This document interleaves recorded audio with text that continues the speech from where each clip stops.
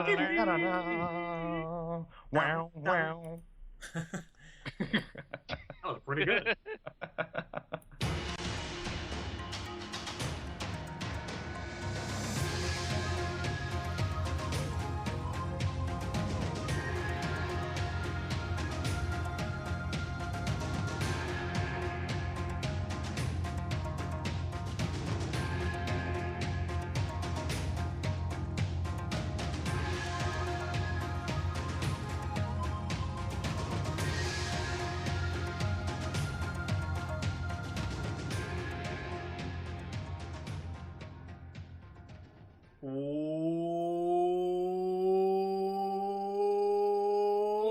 Welcome back. Rumble. Welcome back to the Netherkast, episode 16. How's everybody doing today? Razor, how you doing?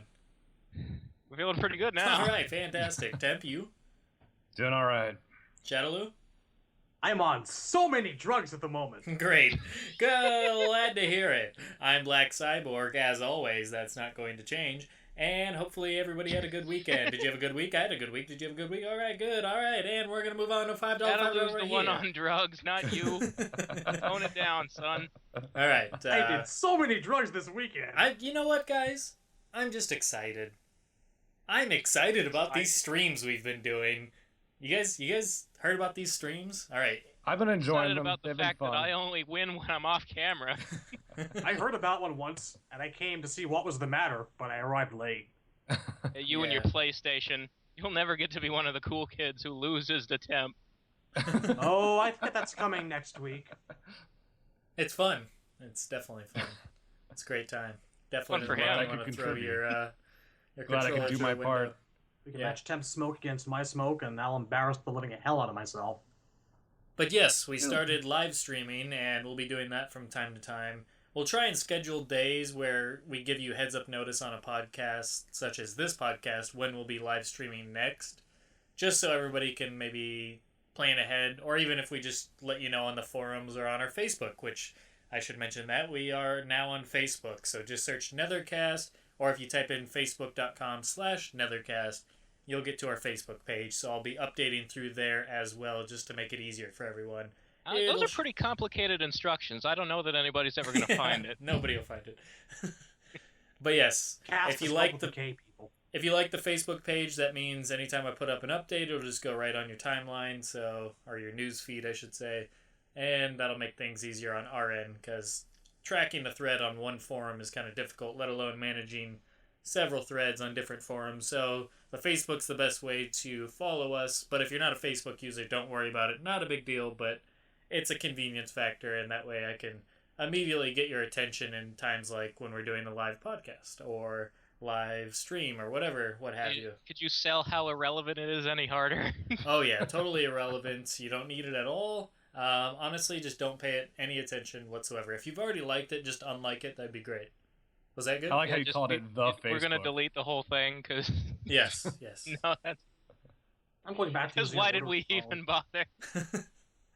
But no, definitely do that, because that would Go be fuck great. yourself, so that way we Facebook. can... Yeah, fuck you! Take that, Zuckerman. And Dare definitely you want to... provide us with a useful service. I want to thank everybody for subscribing to us on YouTube. That means a lot. It's cool. I think we're up to 190 now, so really awesome. Hoping to get to 200 in the next couple of weeks. That's quite impressive, and I'm really happy. So thank you guys for subscribing to us and continually checking out our videos. We got a lot of people that check out our videos. We managed to get 600 or 700 views each time, so hopefully one day everyone will subscribe that's viewing them, and that'd be great. So Who's awesome? You're awesome. yeah, pat yourselves on the back. You get the gold star. But no, hopefully us providing this entertainment for you and getting you through the workday or wherever you listen. Hopefully, you guys are digging what we're putting out. We usually get some likes on our videos, but those damn dislikes, I don't know where they're coming from. You sneaky sons of bitches. Yeah, we work hard at being complete retards on live radio, so... Why Yes. you gotta break our hearts? Breaking a sweat over here. But anyways, going back to the live streams, we'll try and plan it out, but there's going to be impromptu streams, so that's where Facebook comes in handy. or the thread, but Facebook's obviously going to get your attention sooner. So just like that page, and I will try and make sure to remind everyone through that as soon as I go live. And I'm going to have time to do these more often, just when I'm bored or whatever. So whoever's with me, I'm not going to do it by myself because that's boring. But if I ever have Shadowloo, Temp, Razor, even Justin, and they want to, do a bunch of matches and talk a bunch of shit and bullshit around, I'll definitely do it. And hopefully you guys are digging it. People have seemed to like it so far that have tuned in or checked it out afterwards. So, yes, you have that to look forward to going forward, and we're going to be doing some commentary on the movies, Conquest. There's a lot of options going forward, so hopefully you guys dig that. I had a lot of fun doing it. Did you guys have fun? Shadowloo for your short appearance? Shit, yeah, man. Spoiler alerts and hearing about the results of matches 20 seconds before I actually see what's going on. No, but for real. It was good times. Good. Yeah, that's my favorite part, the lag between the Skype call and the YouTube video. So if you're watching it on YouTube as we do it, you're behind. Well, yes, for Shadowloo, but the viewers, they hear us when it should be the correct timing. It's just him because he doesn't have the Xbox, so he has to watch on YouTube. Right. While being part of our conversation. My favorite part was I'm just, I'm coming up on those days where you're a kid and could you afford an SNES or a Genesis? I've always been kind of a one system at a time kind of guy. I've never really felt the urge to go out there and buy both. Yeah, I am too, but I usually get the right system. I think this generation is the first time I ever screwed up with the X-Bone.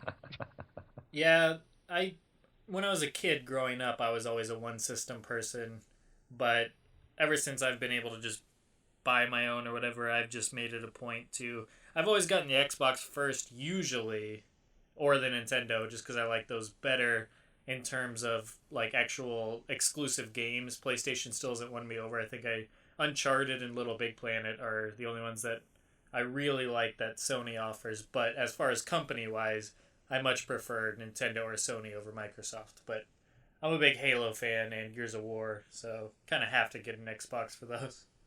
Yeah, I like Halo, and more so Killer Instinct screwed me out of choosing PlayStation. Yeah. But yes, and with the live streams, we'll be playing a lot of MK9. If we have other games that we have in common, we might try other ones, especially like the older Mortal Kombats or using the arcade collection. We might try those out as well. It really depends what people want to see. We'll definitely give a playthrough for whatever you guys really demand. If there's enough demand for it, we'll try to take the time and make it happen for you guys. But we love you so much, we're even willing to all run Dreamcast emulators and play MK Gold. That's how far we'll go for you folks. You talk about it like it's a chore. I actually like Gold. Gold can be fun to play. Just the pain in the ass of going out and getting a Dreamcast emulator and then recording all the results and then uploading them to your channel. Ugh. Why didn't they include that with the collection anyway? Why did they hate MK4 Jump punch, so much? high punch, high punch, high kick, rinse, repeat. Maximum damage! But yes, when the ultimate goal is when MKX comes out, we want to be used to doing this enough to where when MKX comes out, I really hope we can all get together more often and play. Obviously, Razor and Shadowloo will have different consoles from each other, so there's still going to be that awkwardness of having to switch back and forth. But I think Temp and I have pretty much committed to the idea that we're getting it for both. For sure. One of these days, I will eventually pick up an X-Bone, but it's not going to be for a good while. Because I'm a Killer Instinct guy, too, and I've always said, whenever KI3 comes out, Microsoft will have sold me a console.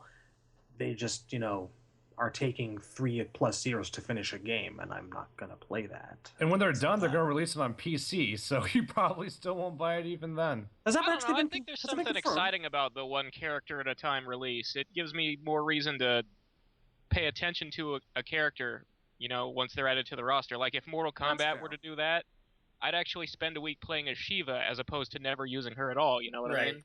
Yeah, I agree with that. That's where the DLC characters in general really shine, because after you've gotten tired of the entire roster because you've tried everybody, or you've chosen your mains and all that, and you've just practiced and played a ton of matches, but a couple months down the line when the first DLC character comes out, immediately when you download them, you're going to at least play them for a good bit, beat the arcade ladder, etc., and check out all their moves, maybe practice with them or take them online. So it kind of gives them their own little focus, which I've always liked as well.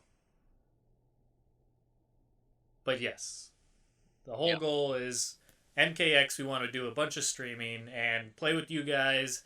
That's the ultimate goal here. So hopefully we have enough between Temp and I having both consoles, and then Shadowloo and Razor having the respective consoles, and then whatever consoles you guys choose to play on.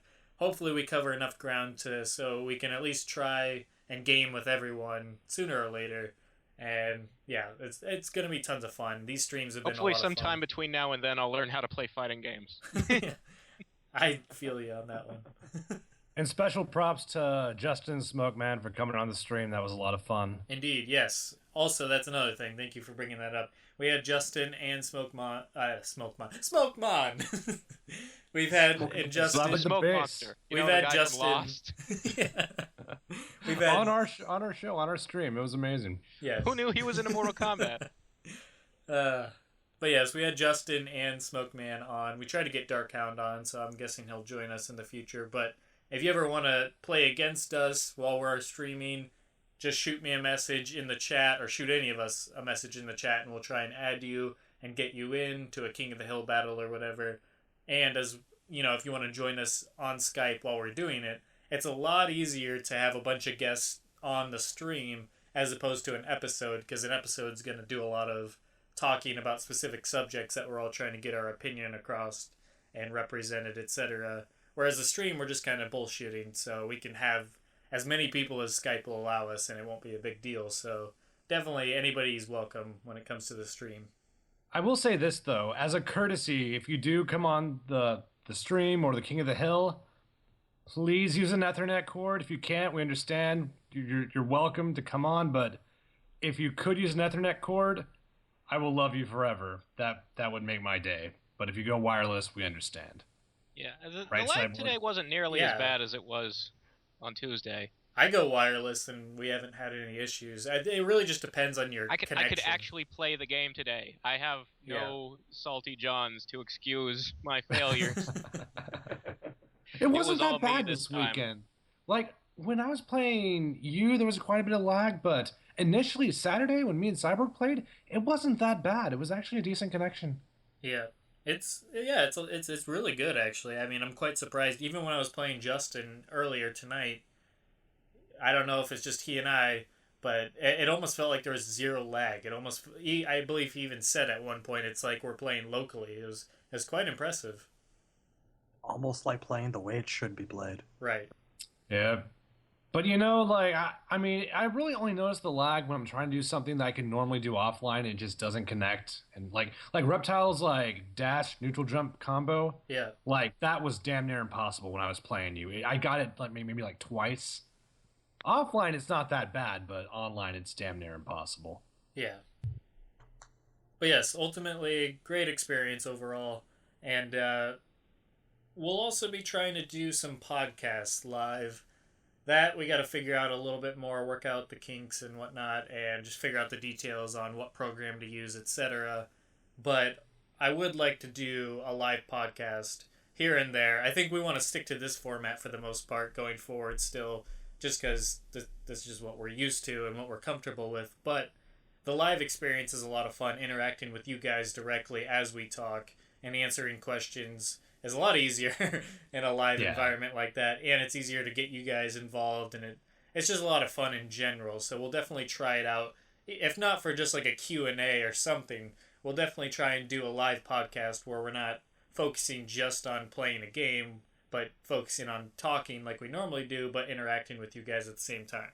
That's something. I do like the live aspect, but I want to keep it something special. I wouldn't want to make the whole show like that, because I feel like making the show recorded makes the live podcast, live stream, so much more special in my opinion. Yeah, so I want to live is good for that the interaction with the audience and the answering questions, but if we have like an actual topic to talk about the whole episode, then it's probably better to do it recorded. We're distracted enough. We go on enough tangents as it is, so. Yeah, exactly. Yeah, I definitely agree. I mean, I listen to some podcasts where they're always live and they go 2 to 3 hours, and it works really well. You just kind of gotta not answer everything in the chat, but then every once in a while you go to them or you take callers or whatever. That would be fun. I think that's the most fun aspect of live, is to potentially bring people in for a few minutes, shoot the shit, and then bring on another person in their place, and etc., and go that route. But that's something I think is a bit down the line still, but we're evolving and we're trying to add in more options that we're giving to you guys to entertain you guys. So especially with the live gameplay stuff, you're going to get a lot more content coming than just the weekly podcast. But I feel like the weekly podcast is still the focus, and yeah, I'm just excited for the future. But yes, let's get into our actual topics for this week. And we didn't talk about the comic last week, so we're going to be covering last week's and this week's comic. Yep. Chapters 4 and 5. Mm-hmm. And before we get into that, actually, I wanted to kind of cover the Collector's Edition, because we haven't really officially stated our thoughts other than the live stream, just kind of briefly given our opinion on it. But I would love to give this an actual in-depth discussion, as much as you can anyways. But let's talk this Collector's Edition real quick. Or not even real quick, but just before we get into the comic aspects. What do you guys think about this Collector's Edition? Well, here's my problem whenever they announce one of these things, is they're so vague about the contents, I can't tell what's in each fucking bundle. Yeah, we should pull that up. If somebody could pull that up, that'd be great. I'm taking a look at them right now. Okay. So, to summarize, in order of ascent from cheapest to most expensive, number 1, the Mortal Kombat X Limited Edition, available only at GameStop, which will have an exclusive Scorpion skin, which is inspired by the Cold War, a collaboration between NetherRealm Studios and a fan artist from MK Collective, as well as the Combat Pack. The Combat Pack, I think that most people here are kind of presuming this is going to be basically a season pass for the game. We're not really sure what the Combat Pack is, but most people are just kind of assuming season pass, couple of characters. We do know from taking a couple of looks at the images of the other collector's editions. Let's see. Real quick, the Combat Pack lists downloadable fighters and skins, listing iconic guest characters, that's plural, right? Classic MK combatants, also plural, and themed skin packs. So the Combat Pack, we can presume... In summary, it's a season pass. Yeah. And that's what I figured. I didn't think they would just like lock away 4 characters. That would I don't think there's going to be like 4 DLC characters as soon as the game launches. That's a season pass. That would get them a shitload of fan backlash. So I wouldn't think it's a lose-lose, unfortunately, because I mean, I'm glad they're not putting I'm glad they're not segregating content to sell as a pass. I hate them when they take finished content that's finished when the game comes out, and then repackage it and sell it on the side. I hate that. But the question is then, what am I getting excited for? With if they're not playable, and they won't be, right. But what am I looking forward to then? Well, wait, how much does this bundle cost? It's like $90-something for like this bundle is $94.99. And this one doesn't come with the statue? It does not. It does not. No, the statue's like $149, I think. You get the Pack. Combat So it's $90 for the game, the season pass, and Red Sun Scorpion. The season Cold War Scorpion. I love that. It's Red Sun Superman, except he's fucking Scorpion. They just let's take that DC Elseworlds idea and use it for Mortal Kombat for no reason at all. Is there a visual confirmation of this? No, I think it's just he's just going off by the name, the Cold War. Well, it says inspired by the Cold War. A fan artist. It's Russian Scorpion. I didn't know what to pick. I was just picturing a Scorpion that threatened to launch missiles but never did.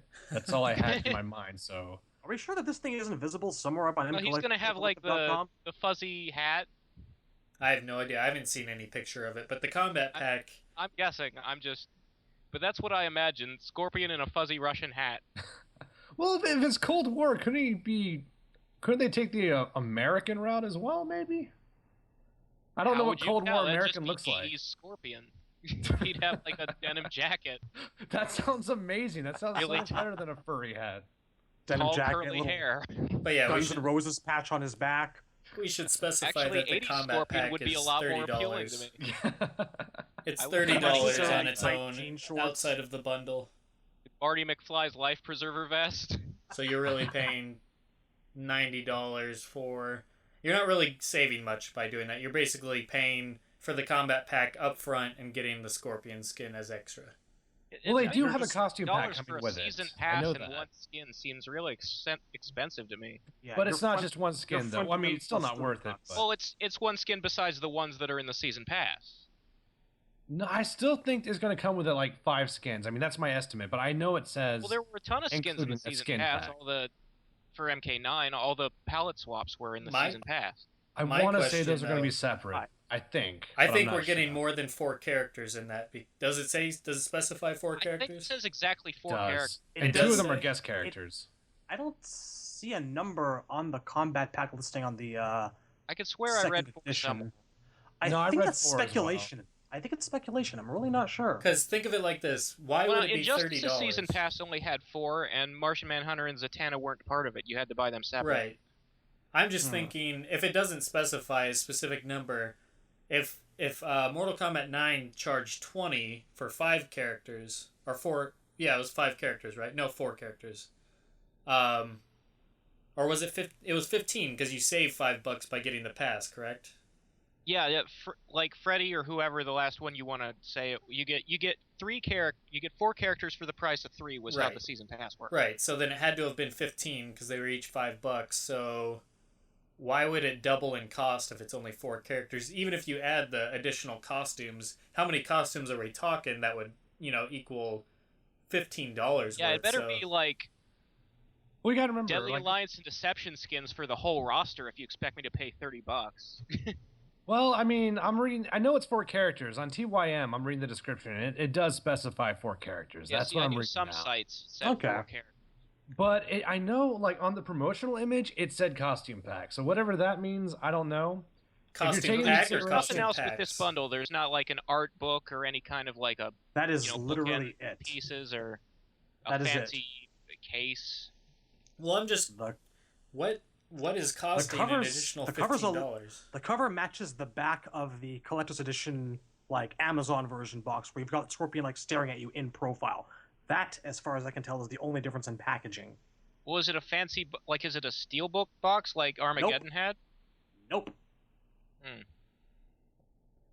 I'm just wondering Yeah, what see, the that hell is seems with this combat expensive pack. to me. It does. And it's going to get more expensive as we go up the ladder. Well, And the course, digital before we version's do that- $89.99 with the combat pack, so... Ah, yes. right. Before we do that, though, why is the combat pack itself $30? Because I have isn't no idea. outside Better of be that getting a ton of bundle, stuff isn't the there. combat pack $30? Mm-hmm. Okay. Unless, Any guesses unless why it's that download. is? The only thing I can think of is you're going to get the characters before they go on DLC. Like, it's going to be like Ultra Edition for Killer Instinct. If you got the best edition, you'll get the characters maybe 3 days before everyone else does. That's the only thing I can think of. So, That's not worth an extra $15 to me. but I with agree. with the DLC aspect, though, you said if you just download the combat pack, is it any cheaper? They haven't announced an individual price for it. I could have sworn somebody MKX said $30. Premium Edition. The MKX Premium Edition is a premium edition available via download only and includes the combat pack, and that is literally it. Okay, so the game and the combat pack? The game and the combat pack And are how much is downloadable that? for MSRP of $89.99. So $90, so you're figuring 60 for the game plus maybe tax. So you're looking at 25 to 30 for it. Mm-hmm. Pretty That much. still doesn't make any sense. It doesn't. So there's got to be. I'm not going to be so quick to think that NetherRealm or WB or whatever you want to call it is going to just really just try and fuck their fans by making them like pay a lot. See, I'm not 'cause- trying to be accusatory. I'm just confused at Right. what else could be in there. Right, exactly. I'm not saying anyone was accusatory. I'm just saying they don't have a track record. I didn't feel they had a track record with MK9 or Injustice for having unreasonable prices for things. I feel like their season passes were acceptable, considering you only can compare it to like Street Fighter, and Street Fighter I feel is more expensive, is it not?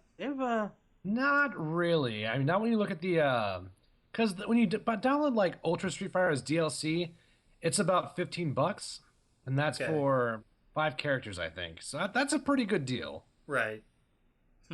Because all of them are really good deals, to be honest with you. What's up?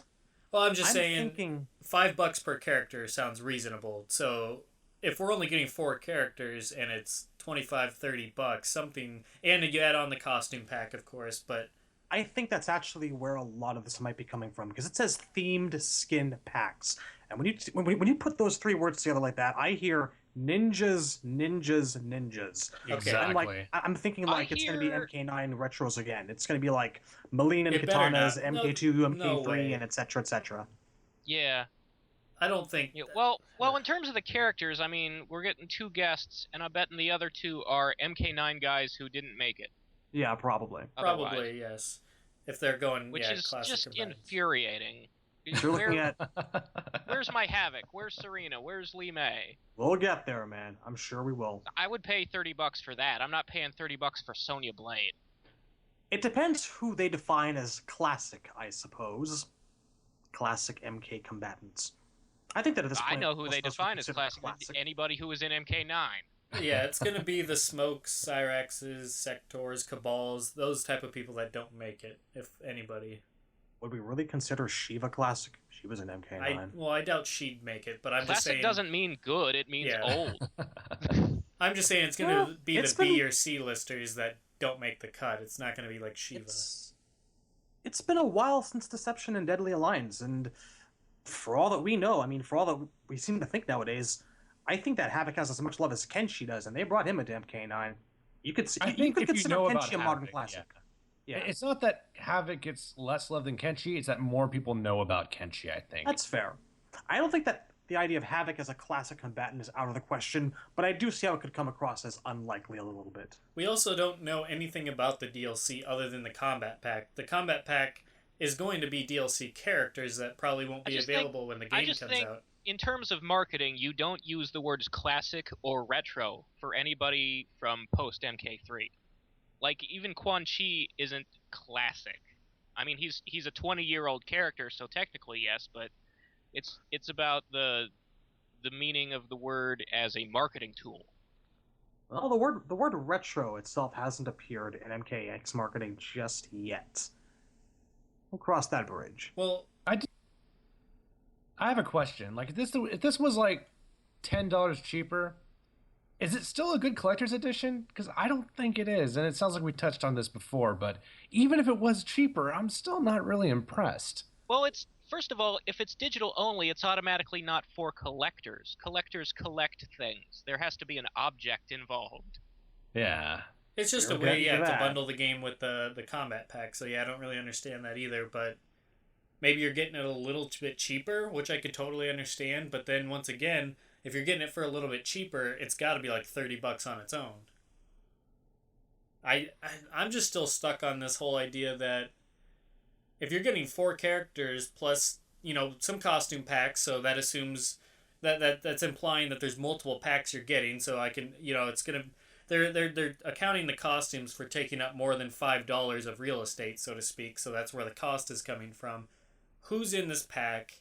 What's making it so that people are going to want to have it, or do they just expect you to buy it before you know who's in it? And on top of that, how many more characters are we getting? As long as they're going to be vague about the content, there's really nothing more we can do to speculate on, so we should probably just move to the physical editions. Because those actually come with stuff that we can define. Oh, we can define it all right. Well, I'm about to define this. I was just going to say one thing to speculate on is I don't think anybody expected to get 2 DLC guest characters. Any ideas on that? And who they deem iconic? I kind of expected it because we got Kratos and Freddy in the last game. Right. I didn't expect it to happen this quickly, but I kind of had a feeling characters, I hope they go together. Like, I hope it's like Predator and Alien, or Freddy and Jason, and not I think it's actually going to be Freddy and Jason again. That's going to be my bet. Because Yeah, Freddy but was the best-selling DLC character out of all 4 of them prior. As long as it's just not something weird like Gears of War guy and Uncharted guy, like, I don't want to see those two fight. They have nothing to do with each other. It's like Jack Bauer and Ash. It wouldn't even make sense. Yeah. Well, the one issue I have with it being Freddy again is Boon has gone on record with, I think, Kenshi in saying that he's not going to make people pay for the same DLC character twice. Okay, fair enough. So I doubt Thank Freddy God. would make it into Alright, that. Alien and list. Predator. Then. Rain and Scarlet are not in MKX, confirmed. Probably, yes. I doubt they'd At least be... not as DLC. Yeah, because... I could have called Scarlet for sure, but... You'd think if they're gonna make a new character, they'd fucking follow up. I had a feeling. Yeah, I I mean, liked I her. didn't expect her either. I'm just disappointed. Yeah. Could have given her a Like- better story, but I liked her a lot. I didn't like her. That's the problem. She needs more. A one appearance character compared to a bunch of characters who've been around for 20 years, she just can't measure up. And she was I very do- minimalistic in design. She looked very simple, which I guess makes sense if you're Yeah, trying to she's- bring a myth to life. But... They were going for a retro look. Kasumi from Dead or Alive, more naked, and with Mileena and Natara's moves. And Kitana's body. Or every female MK9's body. Well, yeah, they all have the same body. That's not... I mean, It doesn't Hey. help, for sure. So, next up on the chopping block. Increasing order of price. The Mortal Kombat X Collector's Edition by Course. With an exclusive Scorpion figurine and certificate of authenticity designed by Course. Course has been recognized in collector and designer figure communities for their artistic approach, dedication to detail, and unique storytelling through sculpture. This version will also include an in-game gold Scorpion skin inspired by the very same Course figurine, the Combat Pack, as well. And this will run you $149.99. So, let me think. 110 minus 30. So, $80 for the statue. Mm-hmm. Well, where are you getting that? Now, Because I the like that combat pack statue, is like but I $30. don't know that I'd pay $80 for what's basically a Batman the Animated Series action figure. Isn't it more like Here's the- $60 though? If it's Someone on the 150 boards versus brought up a good point. 90. If you're looking for resale value, apparently Course stuff goes really, really expensive really, really quickly. Like, You're buying an apparently eBay Course out. figures are in demand. Okay, so if you're gonna flip it on eBay, it's worth it. This is the Yeah. one you want to flip on eBay, if you're willing to flip on eBay. I wouldn't even open it. I would just, go Start to GameStop, speculating. take it home. Or Amazon, I guess, is where they're selling it, so... No. Amazon, well, actually, yes, you can get it on Amazon. This edition is available at Amazon, at GameStop, and I guess at all reasonably decent gaming retailers. There's no specific limitation on where you can get this thing, as far as I'm aware. Yeah, but it's places that would carry a collector's edition, like Walmart's probably not gonna have it. Right. If it does, then you've got one hell of a Walmart there, buddy. Yeah. Do we like the statue? Do we like the costume in the game See, I of do the like statue? the statue, not for the price, but I think it looks cool. I don't like the way the skin looks in the game.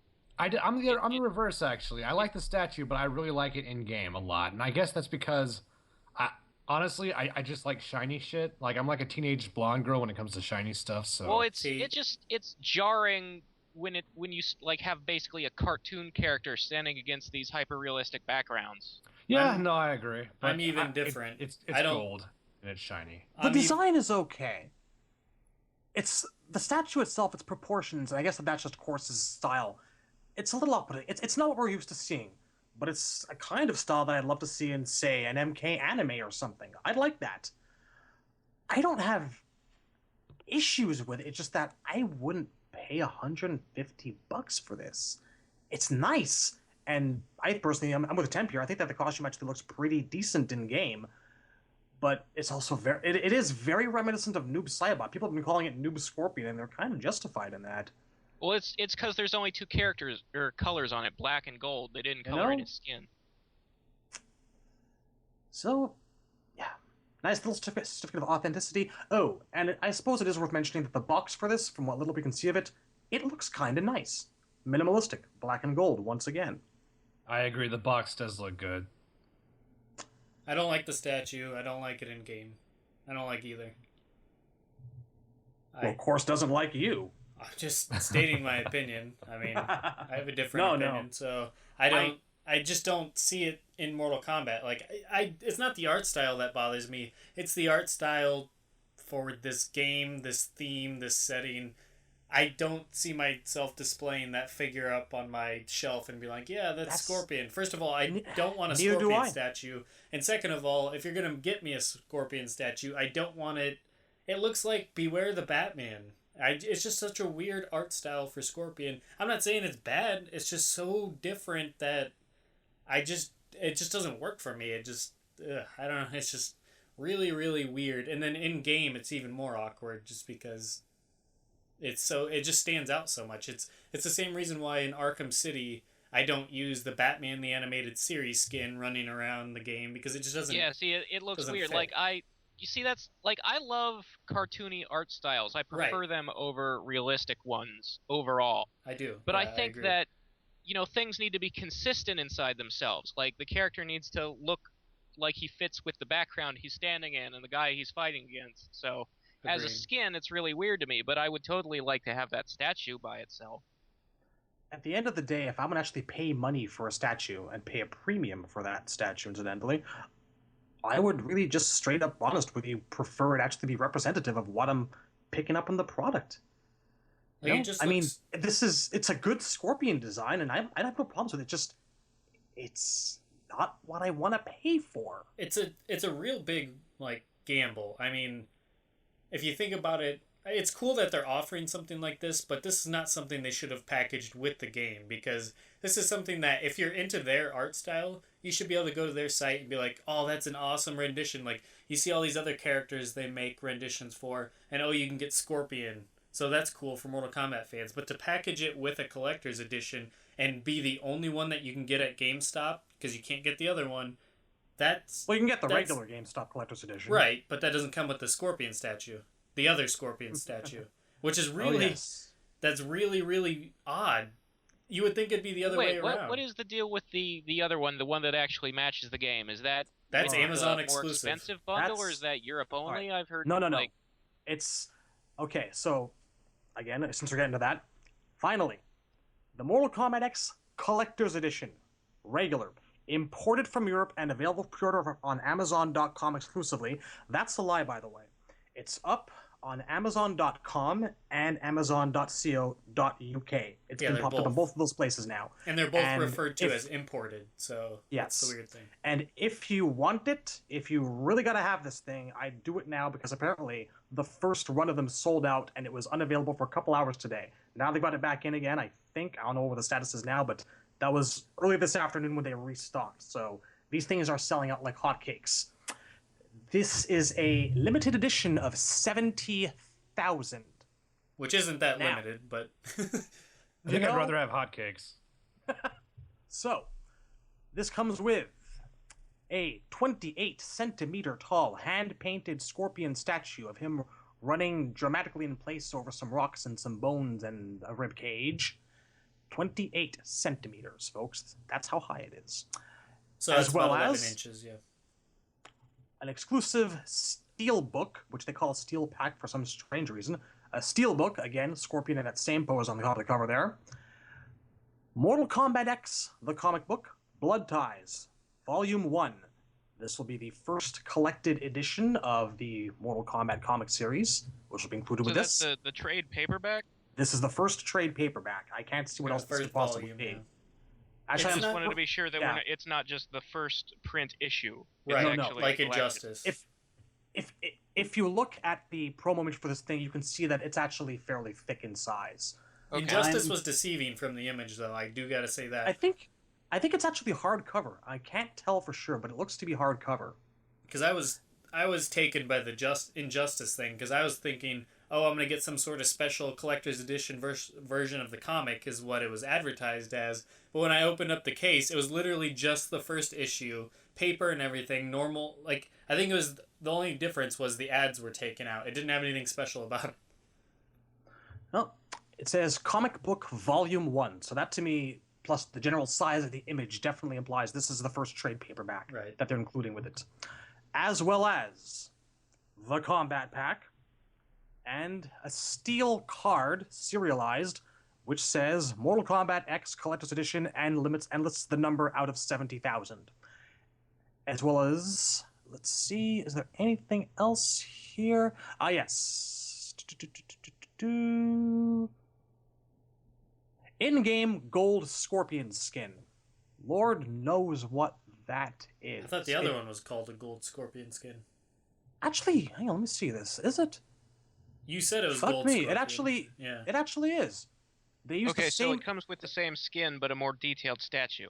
Yes. It comes with the same skin, from what I can tell, but the statue is actually Scorpion as he appears in-game in what we believe is his default costume. And this son of a bitch will run you an MSRP of $179.99. Wow. Fuck that noise. Why? You know... No way. Okay, I'm going to list the problems I have with this son of a bitch right now. Number one, this 28 centimeter tall statue of Scorpion is of him running on a single tiptoe while leaning forward. Yeah, it's like the front half of his foot. That's all. Yeah. So we're thinking it's probably going to snap off the base? Oh yeah, if that thing gets bumped wrong and goes, if it falls off of the smallest height of a counter, that thing is going to snap right at that foot, and that's going to be a bitch to glue back on.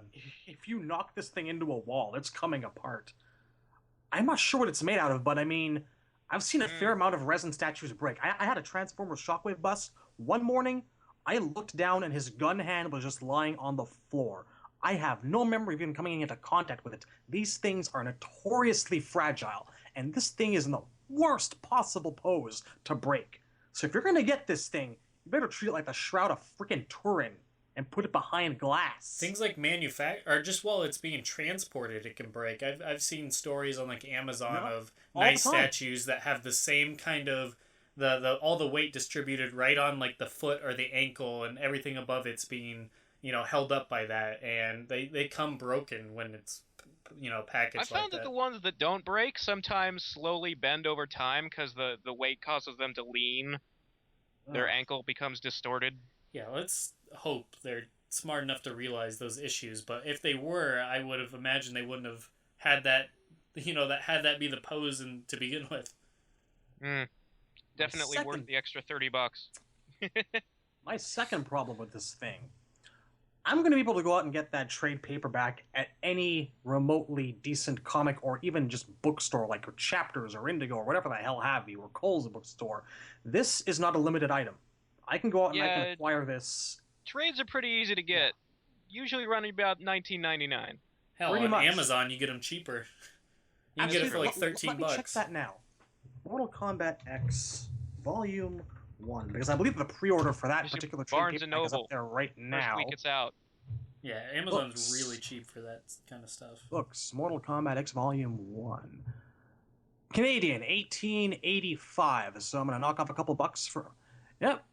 No, that's a calendar, never mind. No, Canadian, $12.99. Yep, exactly. That thing's going to be like $10 for you guys. Oh my god, why would you... Okay, no. So yeah, there's the ease of getting that trade paperback elsewhere. Your steelbook. I don't know how it is for you. This version is actually the statue, the more detailed statue, balanced on its 1 foot, is a $20 value over the previous edition with the Beware the Batman style statue. Well, they want you to believe $30. I don't know, yeah. Well, yeah, it's $30 difference, but 10 for the comic, 20 more for the statue. And your steelbook, and your serialized steel card. I have a question. With MK9, the one that came with the statue, not the book. I mean, you can count the bookends, either or. I mean, it's all about the same amount of statue, so to speak. Be it bookends or the European statue with Scorpion and Sub-Zero. That was $100. Mm-hmm. It didn't come with the season pass, so you can tack on 120, 115 or 120 or whatever the hell it was. But at the end of the day, that was 115. It would be. Yeah, and then pack on another $10 for the comic book, and you're getting essentially the same thing. Well, here's my thing: the second most expensive version of MK9's Collector's Edition came with an art book. Right. And the most expensive edition came with a fucking joystick. Yeah, and that was $200, only $20 more. So yes, but it's those really... are things I'd actually like to have. Right. And it's a good value too. Arcade sticks run about 140. And I got least, both of those. So. I got both the arcade edition, and I paid somebody the extra to get their the bookends, so I could have both. And yeah, those were totally worth it. But I'm still on the fence about this damn. I don't want to pay $180 and get the Scorpion statue first, because we've already complained ahead of time about the fact that this statue is probably going to be either Scorpion or Sub-Zero, and unfortunately we got the less interesting of those two, in my opinion. Even if they're good, like, I don't do statues, I don't do figurines, so even if they're, like, amazing quality, even if they're much cheaper, it's not a good value grew for on me. Trees and I had shelf space maybe, but... You know, and even if I had all of the money, and I was that insane, and I'm insane like this about Transformers, I can't fucking afford this thing because I'm in Canada, and this whole Amazon shipping deal, out of curiosity, I put this fucker into my shopping cart just to calculate shipping. This son of a bitch would cost me something in the neighborhood of like $250 to ship to Canada. Jeez. This deal, as far as I'm aware, does not actually extend to Canada, just the UK and the US. I have zero incentive to pick this up, sadly. And which brings me back to my original point. Why the fuck is this the Amazon exclusive edition, whereas the chorus is the GameStop edition? It just seems so backwards. Shipping fees. It just seems so backwards. The safe bet is with the Scorpion in-game looking character model that looks really cool, that could appeal to anyone. It's not like a very unique art style that might rub some people the wrong way or just not appeal to them. Well, that's how they get you. Right. They want you to pay for the more expensive one. I know. It's not even in store. I don't like Scorpion that much. And it's not even in store. I totally don't get that. The biggest game retailer is for some reason getting this the weird, not weird, but the unique different art style, whereas Amazon's getting the one that you'd expect. Which is just so weird to me. It's such an odd choice for them to do that in general. Just a quick shout out to my Canadian friends who I don't know how it is for you guys in the States also, but up here as far as the steelbook that comes with the big edition goes, up here we tend to have our future shop get steelbook editions of fucking everything on release day for a couple of days. So if you really wanted the steelbook, really wanted it, I'm guessing odds are you're going to be good to go if you get yours at Future Shop and eschew whatever's in the combat pack for the time being. So for me personally, if I assume I really want all of this stuff in the collector's edition, the only things I can't have are the statue itself and the little steel card that reminds me that I've paid for 1 out of 70,000 of these things. This is all most of it, it's very easily available elsewhere as far as I'm concerned. I wish I had an incentive to pick this up, but I don't. There is, like you said, there's nothing here that I particularly really want bad enough to justify plus $200. Because just like anybody, an arcade stick. Well, just like anybody, when we're all fanatics of a game series and we're all big fans of a franchise and we're hardcore fans, the thing you want most is to, one, you want to be able to support them, but two, when there's cool shit to be had with a collector's edition, you're more than happy to put down the money to get it because it's just more cool shit of that brand that you want and that you like and that you look forward to displaying or using or whatever the hell it is, or an art book or an arcade stick, etc. But when all you're offering is a statue of a character we've already had like 1 million statues made out of, and no art book, a steel book, and a comic book, and then DLC, all those things other than the statue you can get elsewhere pretty much.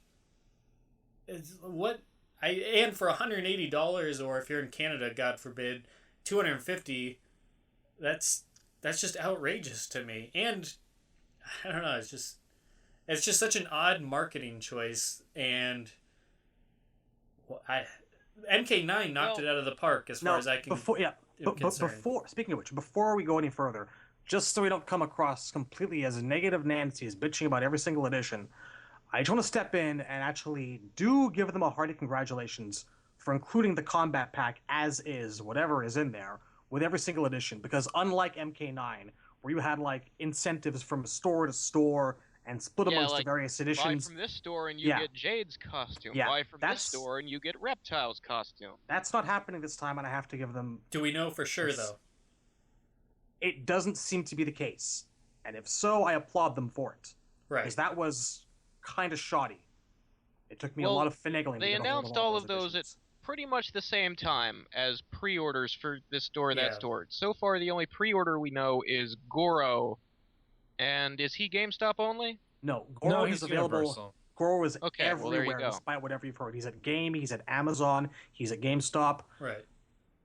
If you don't have Goro, you didn't pre-order him, is what I'm saying. Make sure you get yours when you go to your store. I'm sure he'll be for regular sale for anybody who missed the pre-order, but then you'll have to pay extra for him. Yeah. And you don't want to do that. Why would you want to miss out on the Shokan Prince? There's some people that really... You can save $5 here, that's my point. There's some people that just don't... They have a problem with pre-ordering a game, even though... Yeah, there are people who seem to not understand pre-orders don't cost extra. Not only that, but... $60 game, you give them $5 now, and then you give them $55 on the day you go to pick it up. Right. It still adds up to $60, but you got an extra thing. Not even that, There is a downside to that, though, because they did this with Tekken Tag Tournament 2, and it wasn't one character. I think it was like 7 or 8. Jeez. Oh, God. And all those characters were tournament banned until they were officially released. And that does suck. That's... But if it's one character, I'll let it go. I'm going to be like, okay. Yeah, and I can see how that's a problem for Tekken. Mortal Kombat, fortunately, has at least some legacy of a good single player. It doesn't necessarily ride or die on the tournament scene. But I mean, beyond just although it is still a bummer for people who go to tournaments and can't use Goro, assuming he's balanced. Yeah, true. And it was even shadier with the retail exclusives back in the day, because when people got the game early for Mortal Kombat 9, all the costumes were available, because I think it was the patch that locked the costumes. Mm-hmm. So all those costumes you had to buy later were on disc, and everyone kind of overlooked that. They were too busy complaining about Shumagorath and like Marvel at the time, so everyone was kind of distracted about that. But no, I don't like on disc content. I don't think it's like the mortal sin of the industry. I think it's bad, but I don't want to see that again. I think it's kind of a gross marketing tactic. It is a little bit, I think, anti-consumer to build stuff and then have it done when the game comes out, and yet you still have to do something extra to get it. Like, DLC should be used solely for expansion packs. Yeah. That's my point of view. It should only be used for stuff that was made after the game came out. Well, the big controversy with that, and something that I don't think people understand when it comes to shit like that, is they don't realize that the game goes gold a month, sometimes more, before the game comes out, or different departments have to work on different things. If you're talking about, like, Scarlet was on disc, but she was unfinished. Right. If something's not finished, that's a good use for DLC. Exactly. And some people don't realize that, because some people are like, what? A month after the game came out, or 2 weeks after the game came out, they're already finished with the characters? Oh, they were done with that before. It's like, no, you don't understand. They had to submit that game like a month before release to start making copies, and before that, you also have to realize, even if it was a month before going gold, if you were to put that character in the game, there's no guarantee that they're going to fully balance it and polish it and make sure there's no bugs, because each time you add new characters, there's all sorts of problems that you might run into. So just because they finish a character 3 weeks before the game comes out and they're already like, hey, you can get this character 2 weeks after the game, it's like, that's just because they didn't finish it in time to actually get it in the full game in time to balance them, etc., etc., etc. Some people don't realize. The thing about like making one character for a fighting game, it can be done really quickly, but it takes a long time to perfect. Like if you look at when they first revealed TJ Combo for X-Bone Killer Instinct, it was like they'd only been working on him for like 3 weeks, something like that. Something like that, yeah. The first time they showed him, and he had most of his stuff, but several weeks later, you look at him when he was first revealed, and his animations are kind of janky, and he didn't have an Ultra yet. And then when he was released, he looks way better. Yeah. There's another exception to that. Like with Street Fighter Cross Tekken, people were bitching about the DLC characters being on disc. And they were done, as far as I know. Like, hackers were playing them, I think, fully. Yep. Here's the thing, though. That game, those DLC characters, the budget for those characters came from Sony. So they were contractually obligated to hold off on those characters until the Vita version came out. So, yeah, it was on-disc content, but if it wasn't for that Sony contract, those characters wouldn't have existed. That's where the budget came from. So that I get. Like, Right. if I have to pick between two evils, I'd rather have the characters exist and be on disc than just not even be part of the production at all. That I get. It's still ugly. It's still Well, if filthy. the disc but they're I on get is Vita, fuck it. Well, they were on the other consoles eventually. That's where the Well, hacking that's- came I mean, from. Point is, I'm more thinking of MK9 Vita version. Hey, man. That was also The Sony Trench contract. That was Coat the Kenji and the UMK3 ninjas. That was and the the best thing Tremor to ever Challenge happen to Tower Tremor mission. fans. The Tremor fans are grateful for that game. point Supposed to is, be. people don't always know the full story behind things, and they're quick to judge. Yeah, And we could be guilty of it as well, It's but never we the at least same thing analyze twice. things a little bit more. Regarding these the lack of satisfying content in these MKX complete editions, or not, but collector's editions, I mean. The lack of an art book is actually kind of good news, because it suggests that they actually put all the concept art in the crypt this time, as opposed to the bare bones ass crypt MK9 had, because they saved all the good stuff for the art book. Yeah. Maybe. I still At love least the sound. one hopes that's the case. I Yeah, was there def- may not even be a crypt. Have they confirmed a crypt yet? Not one way or the other. Huh. I'm still just. You gotta blown away figure by there's this gonna be a fucking crypt. I statue. mean- Yeah, I'm sure there will be, but I'm just saying it would be hilariously ironic if there wasn't, though, in a bad way. If I don't know if I want to pay $60 for a Mortal Kombat game that doesn't have a concept art menu. I know how much you love them stick figures. I gotta know what Ed was thinking when he said, "No, let's have the head go through the body and out the stomach." And Hey, yeah, speaking of which, before we forget about any of that, we saw the aftermath of Ermac's other fatality. Right. You guys see that? Yeah. No, I didn't yeah, see that. It's kind of picture of blurry. Sub-Zero, what appears to be his alternate costume. From the Which comic. looks like the Oh, one in the yeah. first issue of the comic. Wait, the what? When the Yeah. fuck was that? What? Yeah, go to Ed's Twitter now and scroll down a little bit. Yeah. Doing It's a blurry. It's a very blurry picture on purpose. But The you can still make fatality it that's in the trailer, the one we didn't see in the stream, where he picks them up and starts twisting them back and forward. He kind of like crunches them into a ball, I think, doesn't he? Yeah, and it look well. He doesn't crunch them into a ball. He twists them up, like wringing out And a he's towel. sort of wringing them out like a towel. Right. Yeah, and it's And like definitely you get that ultra zoom in on their face. and it's Yeah. definitely their intestines and stuff coming through their mouth. And it's Yeah. like the final frame is what he put up on Twitter, and it's Ermac is still floating the body, but it's sort of hanging limp, and there's guts dangling down. You see, I'm looking at the picture now, and I don't even care about the fatality. I'm just You so can happy tell. to see that costume. Yeah, you can tell it's subs A of their masked outfit. sub is in there. Oh god, that's gonna be delicious. I This cannot is fucking wait. this is giving me a lot more between this and actually something else we didn't cover last time. The character select that we saw in the stream from the guys a little while back, Reptile's character select bio, the picture is the alternate that we see in the comic. Yeah, It is. So we can start looking at that comic as a pretty good indicator for Potential alternate costumes, other- which I wasn't really yeah. thinking was going to be the case originally. I'm glad to see it. yeah. Sub and Reptile for sure have already proven that, which is good. Yeah, because it makes the comic I even thought more so, exciting. because we were talking about the bone spikes on the one they've been showing, and I said I noticed those aren't on him in the comic. Mm-hmm. Wait, so what are we looking at again? I'm sorry. I'm what on the picture are we select talking about? screen, the portrait picture of Reptile doesn't match the costume that he actually wears in gameplay. Oh, And then I must have One not of them noticed has that to be his before. alternate.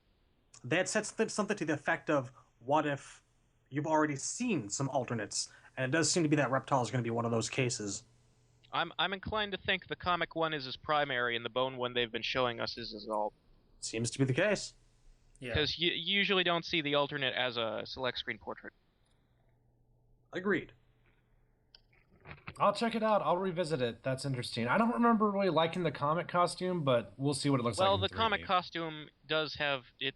The colors are off. We haven't even really seen it yet. We just saw it in that little Raiden panel. Yeah, he's standing in the background, so the detail isn't exactly there. Yeah. I'm just remembering the costume, but colored you're like right. It could have been smoke and void shit. of detail. It was colored like smoke. Why? Anyway. Well, But it's yeah, a that good costume segue, already honestly, looks because exciting as hell. we're going to be talking about the comic now. So, but yeah. That fucking statue. Damn it. All right, let's stop complaining about things we're not going to pay money for. No! Give us 4 characters on a statue like Halo ones, damn it. I suggested that. Why couldn't you have done that? Give us Johnny and fucking Raiden, etc. Best. I You'll just never wanted a have a statue soundtrack. that isn't Scorpion or Sub-Zero. I know, and it's such a shame. No one else likes MK's music? I wanted a soundtrack. I would Soundtrack.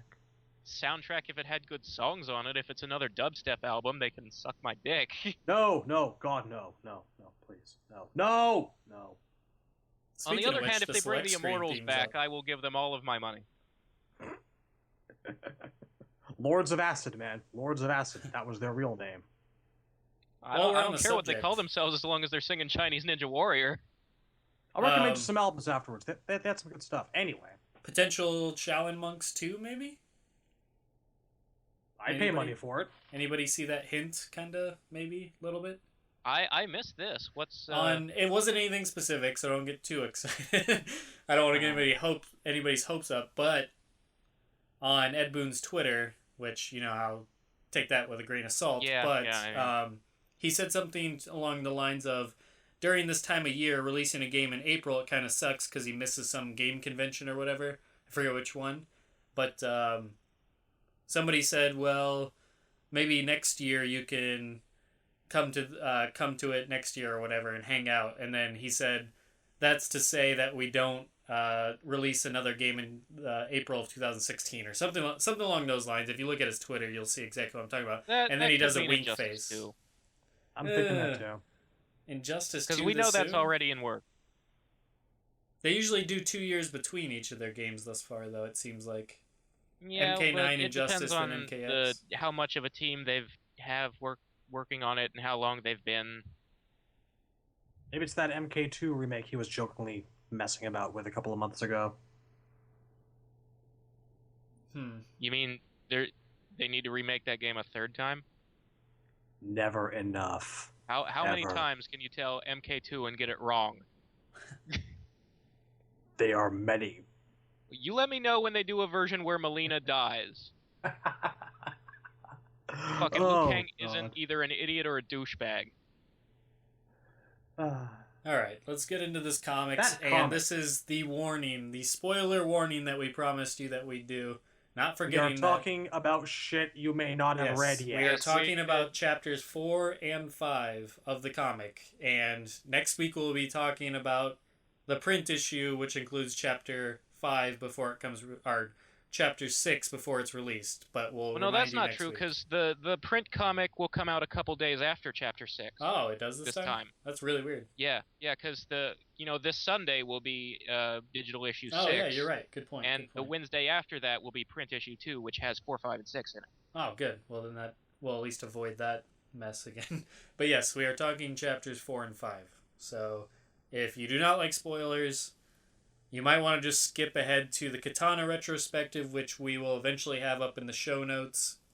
So just wait for that. Yes, Kitana fans, we're doing it tonight. So whoever told us on the forum not to do it, well, we're doing it. You Gotta can't be done tell us sometime. what to do. Which also makes whoever the hell, I forget the damn person that was like, Katana's not going to be in the game, and you're not going to do a retrospective. Well, I'm sorry, Yeah, you were like, wrong you on tell both us, accounts. Oh, there are 64 characters, and that one we will never talk about. Yeah. One of the more popular ones, yes. We've covered Draman, we've covered fucking Suhal, so it was coming. Yes. Yeah, right. We've been putting it off. We specifically cover sometimes 3D era characters just so we don't run out of 2D ones too fast. Correct. All right, so who wants to recap this comic? Because I've honestly forgot some of the finer details. I can start us off because I'm looking at it right now. Okay. Cool. All right, I'm not, and I don't know where the hell the damn thing is, so you take it. Yeah, so Ted takes it.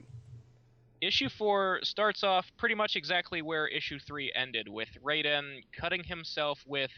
He called it the Order Dagger, but if you look at it, it has the Outworld Kamidogu logo on the blade.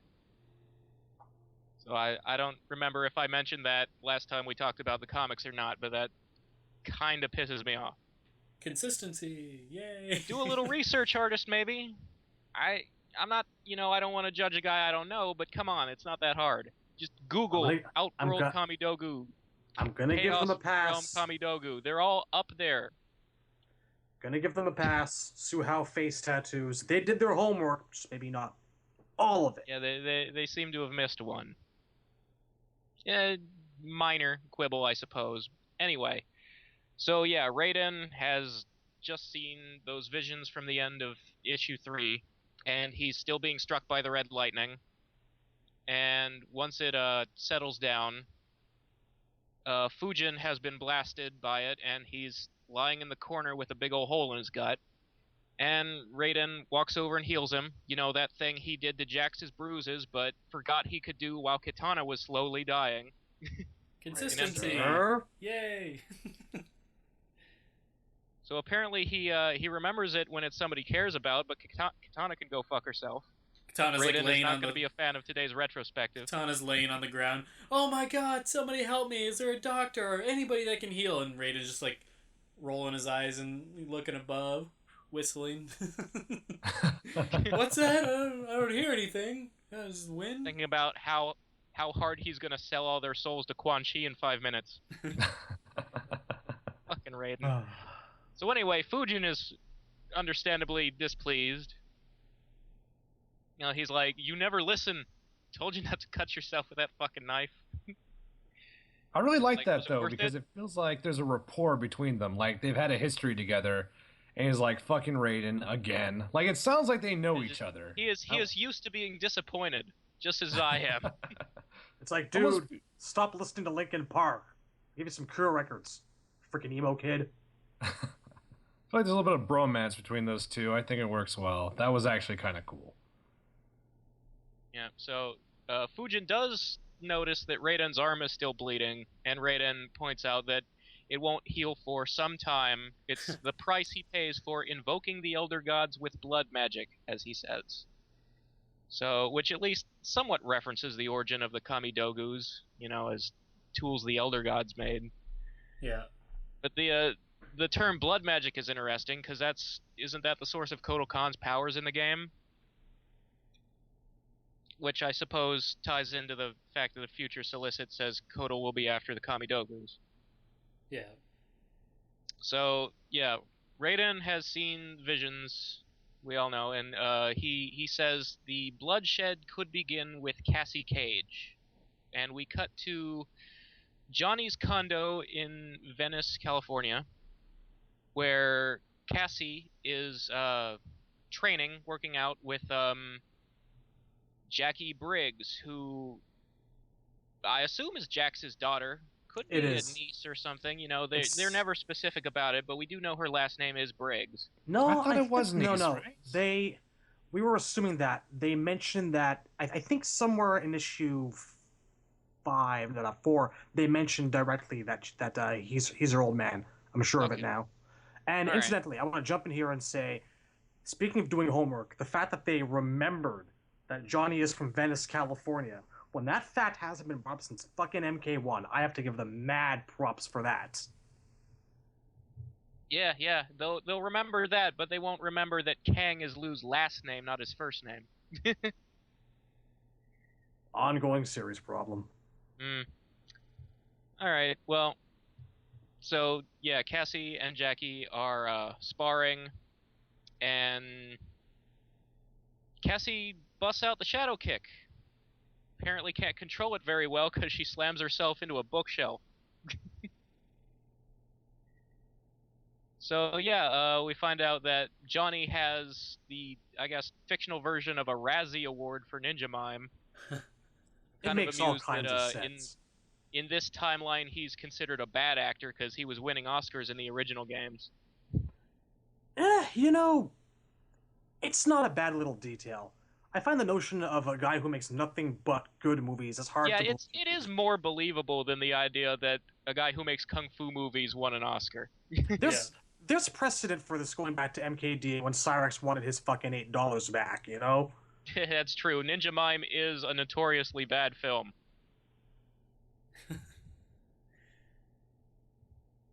Alright, so apparently we learned from Cassie's dialogue that Johnny and Sonia are split up, and Cassie prefers to stay with her dad. Because her mom, as you can imagine, is a hard ass. No surprise. Probably like and that, grape nuts for breakfast every day.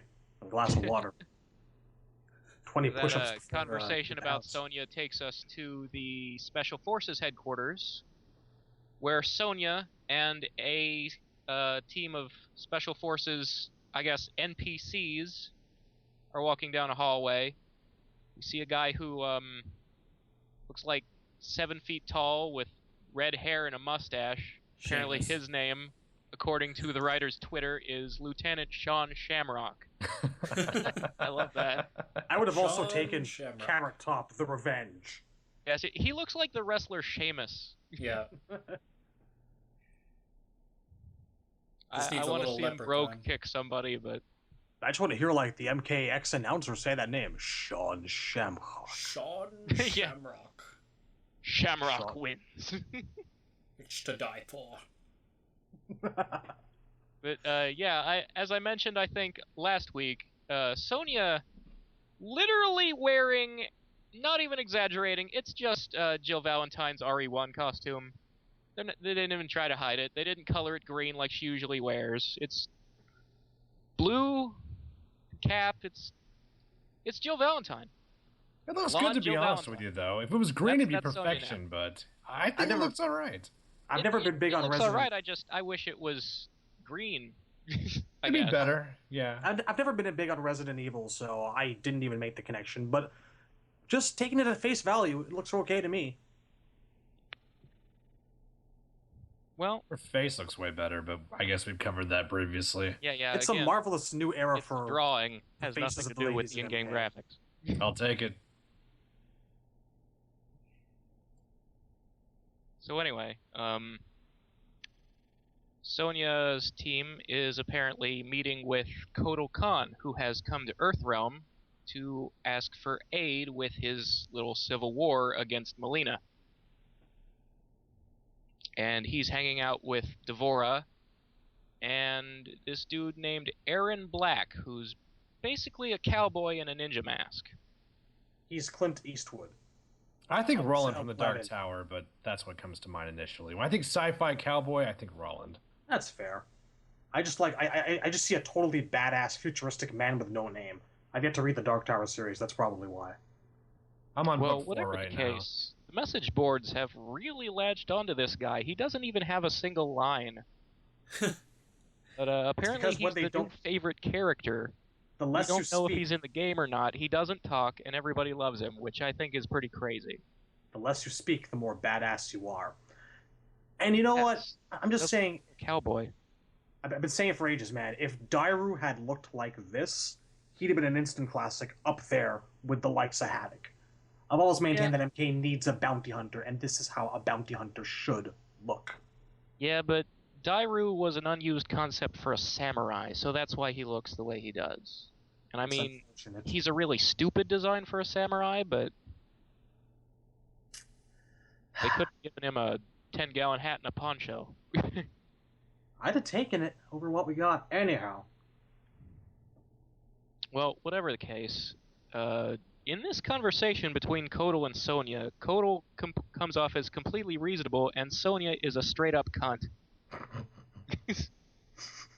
She's basically deliberately trying to start an interdimensional war. This is completely unreasonable characterization. At least that's how I feel. Kotal look interesting, though. Like, it made Kotal seem like a more interesting character when he's the voice of reason, you know? So, yeah, I like that foil, I just don't like... I mean, it's not completely out of character, I suppose, for Sonya to be bitchy, but this is... I mean... But even when bitchy's in character, she was unredeemably bitchy. Negotiating with a foreign diplomat... It's kind of been a thing since, like, Shaolin monks. She's become more and more of a hard-ass with every game for, like, the last 6 or 7 years. Well, no, it started with Bridget Wilson in the movie, but... I suppose. I don't think movie Sonya was this stupid. They've ramped it up, it's true. It's part of her character now. Well, whatever the case, Sonya basically deliberately tells him, fuck off, I don't want anything to do with Outworld. And Devora reacts to this with violence, and a fight breaks out. And in the middle of Special Forces guys pointing their guns at Kotal's group and telling them to calm down, it cuts back to what Cassie and Jackie are up to. And they are going to a nightclub where Cassie skips the line and gets in because the bouncer loves her dad's movies. And they're having underground UFC fights here. And Cassie signs right up, and while she's in the back putting her name down, Jackie finds out that they're deathmatch fights. But it's too late to back out, and Cassie is forced to get in the ring. I guess the mobster guys who run these cage fights basically take Jackie hostage to force Cassie to fight. And Cassie's all like, fine, you want me to fight, I'm going to put on a show. She starts yelling at the crowd and flipping them off, which... She says... the dialogue here is kind of try-hard. She says, bring it on, starfuckers. Yeah, is that a term people actually use? I don't think it is. Marilyn Manson song. Starfuckers Incorporated was one of the singles off Nine Inch Nails' 1999 album, Fragile. And it is now officially canon in my head. Fuck you, I don't care what anyone else thinks. Cassie Cage listens to one of the best fucking albums ever known to man. I just don't think it's slang people actually say. I've actually... It sounds like a 30-year-old writer trying too hard to write for a teenager. It's something that I think gets tossed around in, like, you know, I'm guessing LA slang. I've heard it outside of that Min song. Throw around some actual slang like FML. It's an old term, though. Anyway. Well, anyway, her opponent is Frost, and that's where issue 4 ends. With the introduction of Frost, who looks pretty badass. Yeah, she looked amazing. She's just wearing a black tank top and short shorts, but... Still got that cool... She's got, mist swirling all around her, and her eyes are glowing. I think she looks pretty good in her first panel. Yeah, I'd love to see her in MKX or the next one, whichever, or DLC, hell. I'd like that. I like Frost. We've done a retrospective on Frost already, so that's no secret. She's okay. I wouldn't mind seeing her come back at some point. But for now, yeah, I was extremely happy with this cameo of hers. Indeed. So that brings us to issue 5. Hopefully she doesn't die. Back with the Special Forces, Sonya has Devora pinned to the ground and is basically threatening, stop or I'll shoot. And Devora's all like, she says, this one happily dies for the Emperor.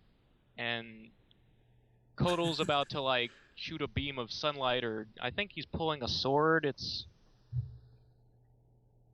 might be a glowing sword. It's hard to tell. But he's interrupted as Raiden teleports in, yelling, enough, and blasts everybody with lightning.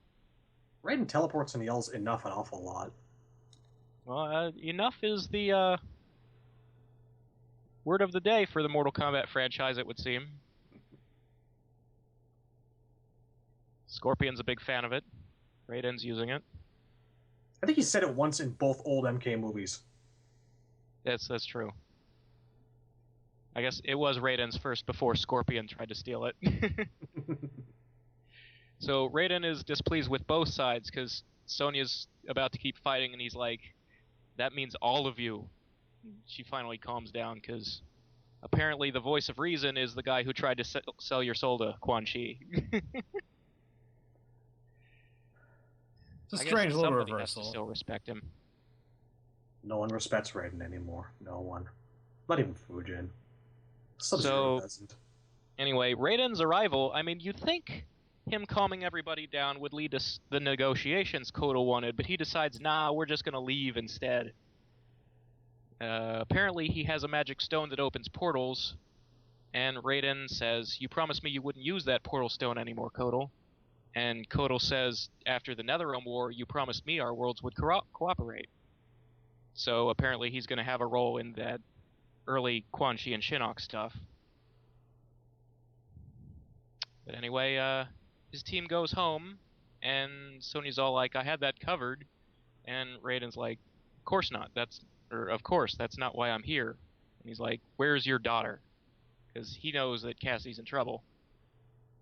And that takes us back to the it's 2 a.m. fight. Do you know where your kid's at? Yeah. Raiden does. It's combat time. Good for something. Do you know where your children are? But yeah, so Frost is kicking Cassie's ass. And we find out a little bit about Frost here. You know, she's basically talking trash to Cassie. He's like, you're a pampered daddy's girl. I'm an orphan, and I, had to fight to get here, and I actually earned it. And then the art here's a little weird, because Frost is charging up an ice blast in her hand, and in the very next panel isn't anymore. So I guess she just changed her mind and decided, no, I'm gonna come in close and taunt you some more. It's convenient. And Cassie headbutts her in the nose, trips her, puts her in a leg lock, kind of like Sonya's leg grab, the movie version where she broke Kano's neck. Yeah. Except in this version, Cassie lets up because she doesn't want to kill anybody. The crowd is chanting, finish her. And, the mobsters have a gun to Jackie's head. I love that she has such a conscience about not killing somebody, but she's the same one with a fatality where she shoots somebody in the head and puts her gum on the move. It's true. Wow. Time and a place.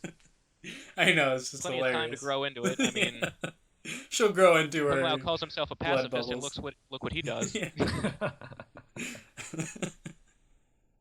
I believe in peace. All of a sudden, a guard bumps into him and he just puts his fucking face into his head.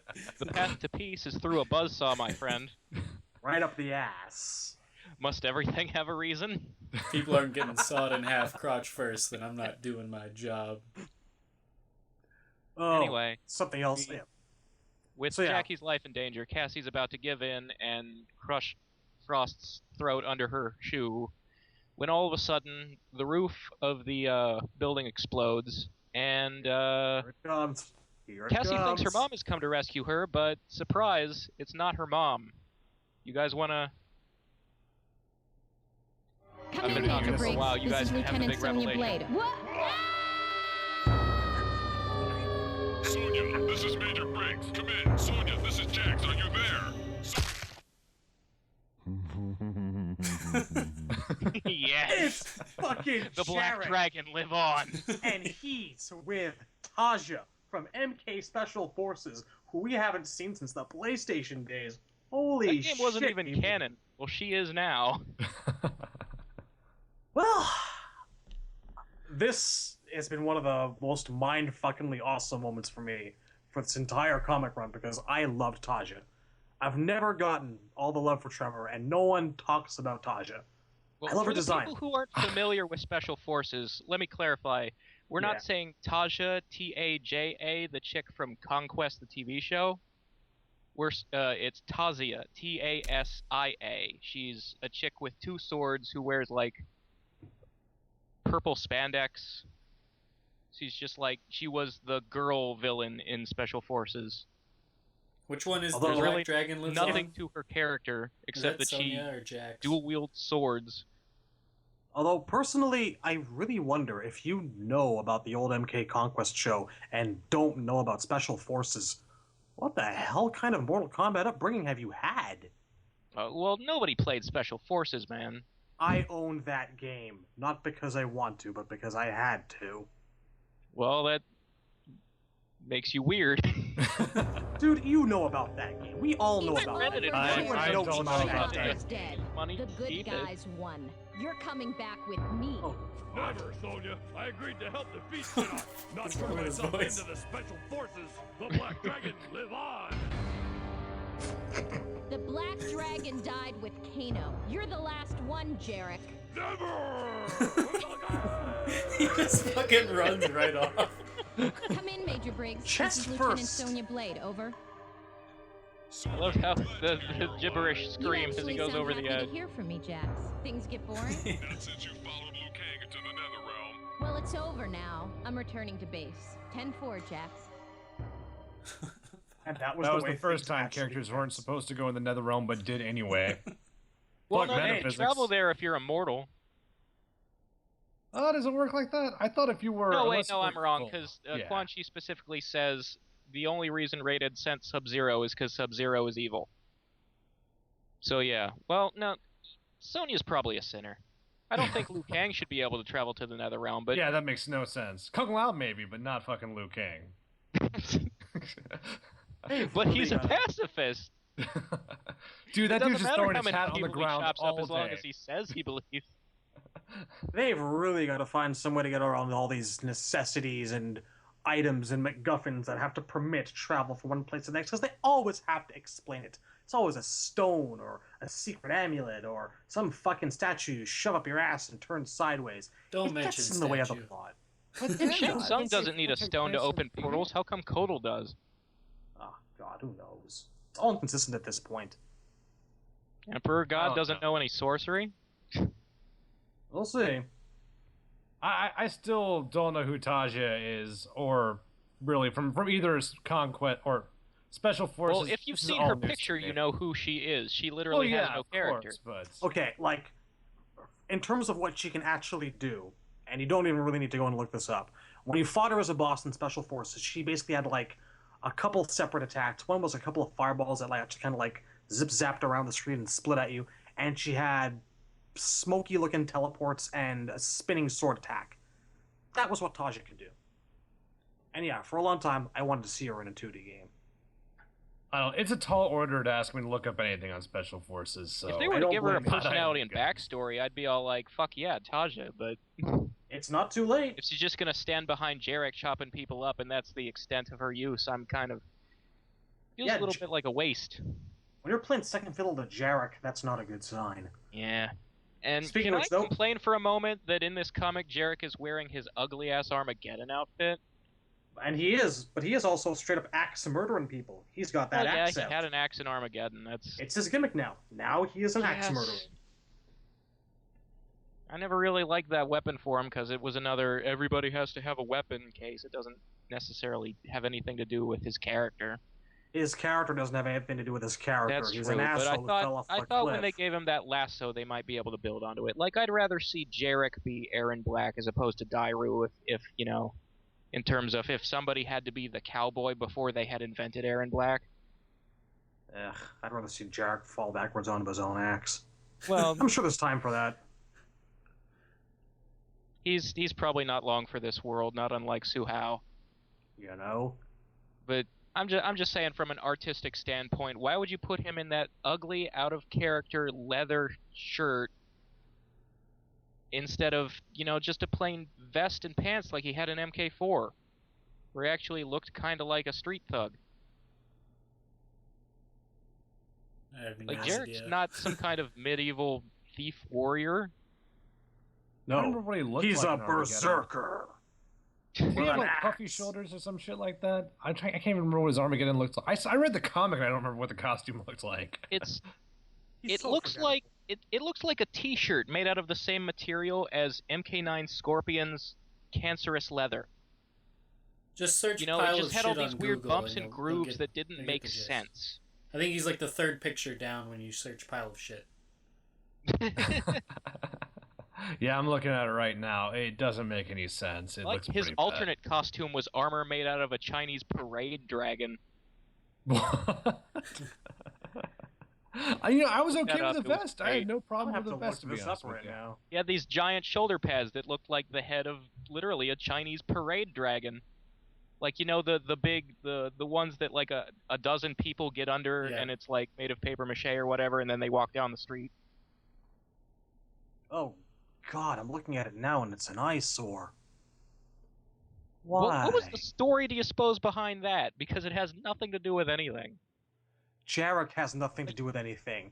All of these failed like, concepts if a are guy's just... gone for like 10, 15 years, and when you bring him back, you put him in like this medieval armor covered in like dragon designs, and the last time he was around, he was a criminal from Earth, like from modern day street gang America.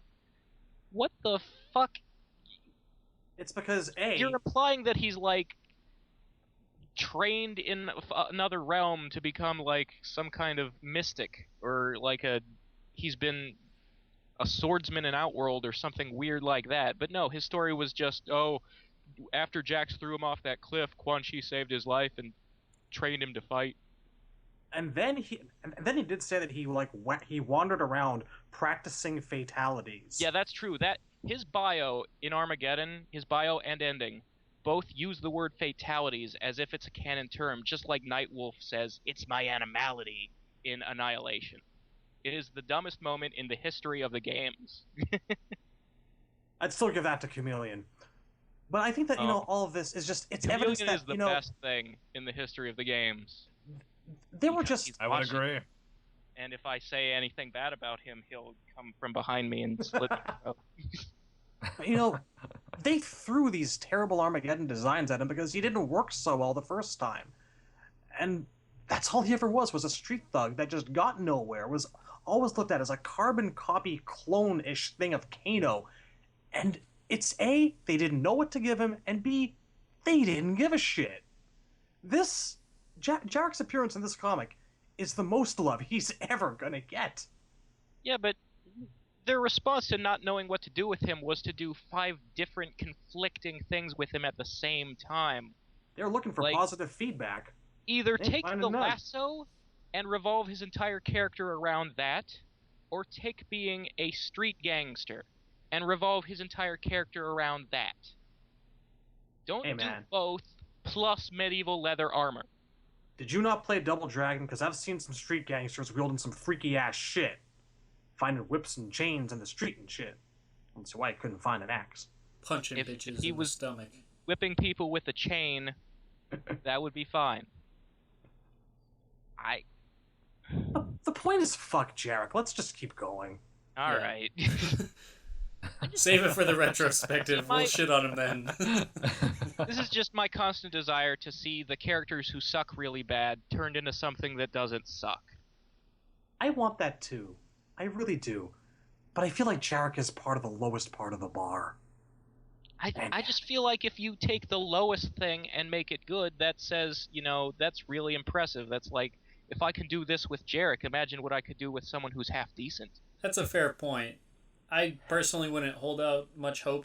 I believe like holding out hope for like a Drawman or Mavado is a little bit better, but the Jereks and the Suhaus, just you gotta let them go. You have to consider like the way Armageddon was marketed. All of the character renders they released and all the like hype was about, look at who's back. Here's Reiko in an awesome new costume. Here's Kai, remember him? Here's Jerek. You'd think if that's how you're gonna market it, if you're gonna like make Jerek a poster boy for your game, then you'd want to make him not suck. But that was Armageddon. That's far in the past. And anyway, so yeah, Jerek and Tasia bust into this nightclub and start murdering people.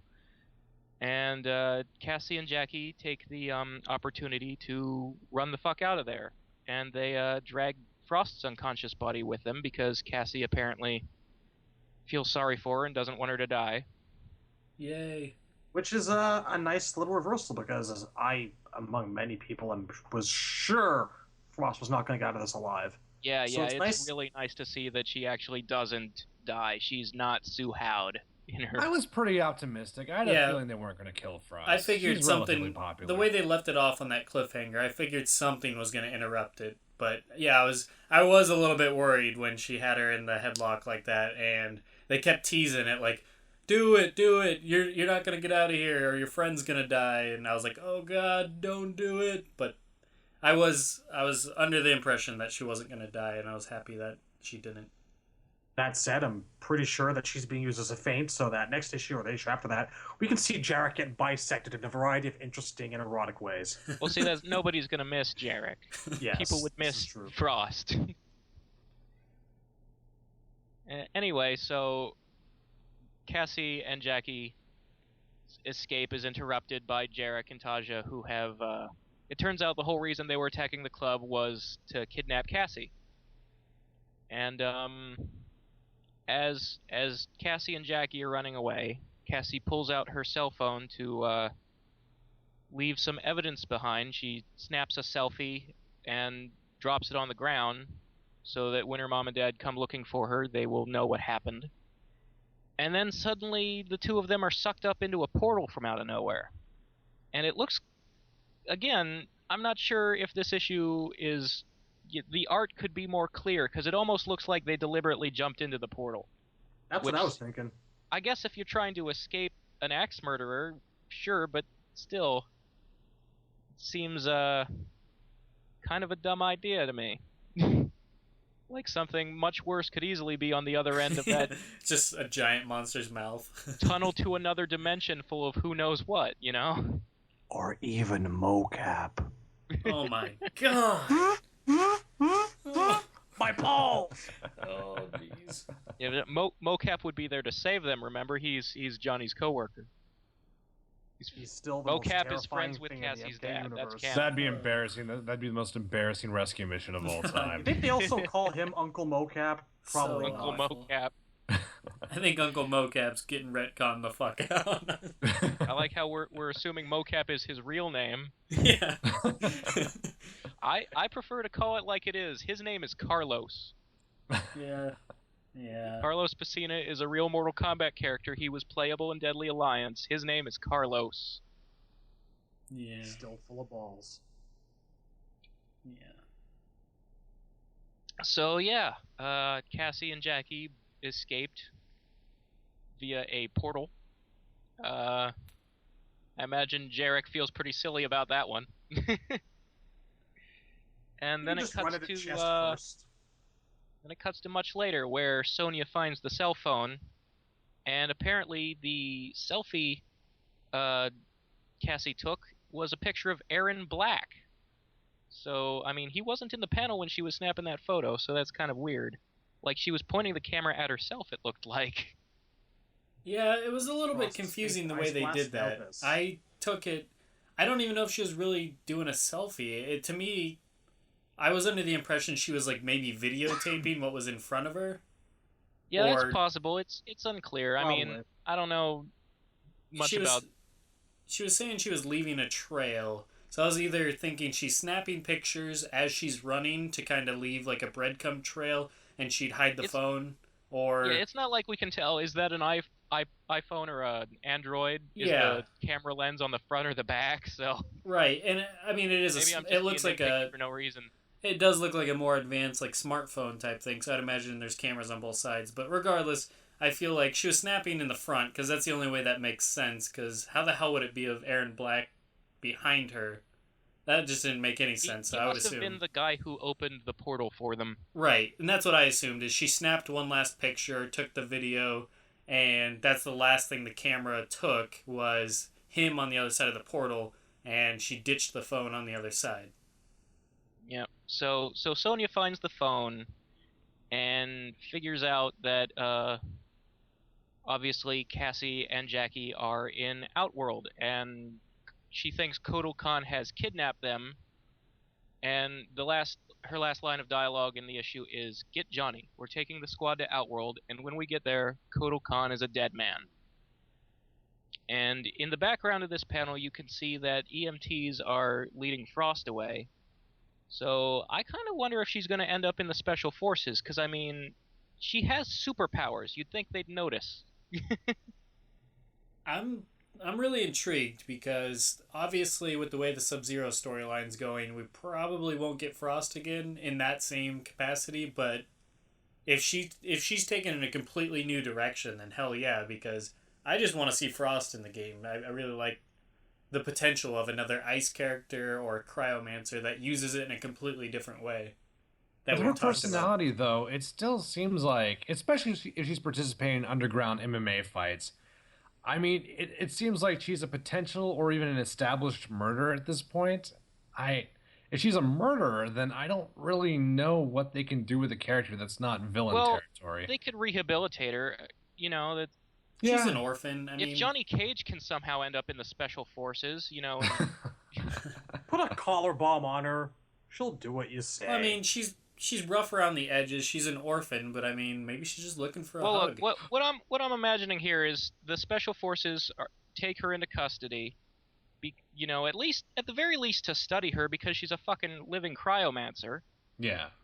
And you know, they basically keep her locked up until she agrees to like do something for him. Maybe it's like a Suicide Squad I like deal. where this is going. I mean, don't get me wrong. I'd probably be all for it because I like Frost, and I think if we're going to do Frost again, I think she'd be more interesting as not a villain. But if it happens, great. I don't know if the developers or even the comic writer sees her that way. See, that's kind of what my hope is, that, like you said, if we see her again, it would be repetitive to take her down the villain path. I think the whole reason she went bad is because, you know, as much as I love Kuai Liang as Sub-Zero, he was clearly not a very good teacher. He went too easy on her, didn't have a firm enough hand, and that's why she ended up an arrogant brat. Right. You're trained by someone like Sonya, you're going to learn some fucking discipline. Yeah, well, I mean, those are two rivals if you go back to the Deadly Alliance Conquest. Yeah, that's also true. That's something interesting about it, like the way their relationship could play out in this timeline. I could turn into a kind of a begrudging, respective rivalry. I can't see it, but I'd play it. It would be nice. I think it'd be interesting if, like, an older Cassie and an older Frost were rivals, and, like, maybe Sonya was more of a mom to Frost than she was to Cassie in a weird sort of way. Just because like Frost Sonya has that related to Frost better, instinct, like she understood Frost on a level that she couldn't understand Cassie because she was too much like hell Cage. I could see that. I could see Sonya communicating with Frost in a way that Cassie wouldn't understand. Let's talk about that for a second. The fact that Sonya and Johnny broke up so quickly. if that's an if they were actually ever formally dating, which wouldn't surprise me if they weren't. Yeah, Sonya got Johnny knocked up. Sex, clearly. The second one time. The second I saw they weren't living together, I'm like, this is just it's too perfect. I could see Sonya hitting it and quitting it. Definitely. He'd probably be like tied to the bed with a gun to his head. Yeah, Johnny's all crying. She left him there. This is a dark image. This is some basic instinct shit. It was like a comfort lay shortly after MK9. Everybody I know is dead. Everybody I know is dead. We still have each other. Bow chicka bow wow. An hour and a half. Cue the smooth later. jazz. An hour and a half later. So yeah. I gotta get back to the set. Okay, good. Can you call up sound of a car driving off? Did not end well at all. Or it could have been the other way around. So gotta get back to the special forces. Here's some cab money. You have a good time later. Bye. You think Mocap or Jax actually raised her? Because it probably wasn't Johnny, and it damn sure wasn't Sonya. I think Johnny maybe tried. I don't know how well that went, though. Well, clearly, I mean, Cassie actually likes Johnny, so he must have not been a complete deadbeat as a dad. I bet he'd take her fishing with dynamite. I can just totally see it. He's using force balls, obviously. Yeah, I was thinking that too. If you have superpowers, why are you fishing with fucking... Because he's Johnny Cage and he owns his own private lake full of salmon. I mean, why the hell not? I imagine the closest Johnny has ever come to fishing is owning an aquarium. You're right. You're Doesn't strike absolutely me right. as the outdoorsy type. He pays his attendants to fish from his yachts. Yeah.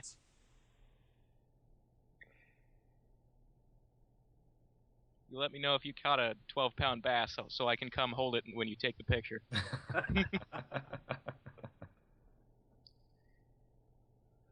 Anyhow. Well, you don't get to keep it. It's going up on my wall. So yeah, on the last page it says the next issue is going to be Kotal Khan's secret origin, and they spell secret with a K, of course. So I'm kind of excited to find out what his deal is. Same here. Absolutely. I've been wondering how the hell this guy came to be for quite some time now. All these theories about him being Shao Kahn's illegitimate son, left and right, where the hell he came from, what his connection to the Mayan They already civilization confirmed is. they're not related. Khan is a title. They didn't? Alright, good. Good. I mean, really good. Yeah, because again, the idea of Shao Kahn having any biological offspring fills me with the same amount of rage Kung Jin does. It's just not canonically possible. The whole reason he adopted Kitana and Mileena was he wanted heirs, so if he had actually fathered any, that would be stupid. Not to mention the fact that the whole storyline's already been written. Khan and Parentage is a chapter that's already been done and closed. It would take some incredible lack of creativity to bring that up again, and I wouldn't want to see that. It does beg a question, though. How long has Kotal been in power at this point? Because it sounds like he's been the ruler since the NetherRealm War. Now, I can't tally the amount of years that adds up to, but... Well, again, he's a self-declared king of Outworld. He's fighting a civil war against Mileena and Reiko. But how long has that civil war been going on, I wonder? Because it sounds like it's been a while. 10 years. For the past 10 years. Okay. So I'm assuming, going by the timeline of this comic, where it's 15 years after MK9, that would mean the NetherRealm War was 5 years after MK9, and then the next 10 have been the Civil War, and that brings us to the present. Well, I'm thinking if, Jackie is Jax's daughter, was she conceived before Jax died? How does that work? Yeah, that is a weird one, because... Gemini? Jackie is... Apparently... We're sure it's not a niece. I could swear it was confirmed that she was a niece. I'm pretty sure Jackie is older than Cassie, because she's training for... I can't remember if they said college sports or... Oh, I think they said the Junior Olympics. Okay. It's very possible that Jackie's always been around, and now she's playing a key role because she's older, and that Jax always had a daughter we never knew about, maybe even a wife we never knew about. I mean, think about this. There is actually room for that in canon. That retcon wouldn't bother me because it doesn't contradict anything. Agreed. I know we don't like to consider Special Forces canon at all, but Jax and Gemini did kind of have a flirty thing going on, and yeah. See, I've always kind of wanted to see Gemini. I would not have been opposed to a romance between them actually being in the canon games. I don't know who that is. Once again, she was just a voice on the radio. She was his operator. She sounds sort of like like some 70s blaxploitation chick character, like you'd imagine her having a big afro. Yeah, I had a feeling you're going to say that. Foxy Brown. Yeah. But yeah, there is that implied love interest in the back of Jax's life, buried in MK history, along with Tasia, who we've seen today. Yeah, and that means No Face and Tremor are in fact canon as well. Tremor, I kind of figured, even... I know you can't really they already consider... acknowledged him in MK9 Vita. Precisely.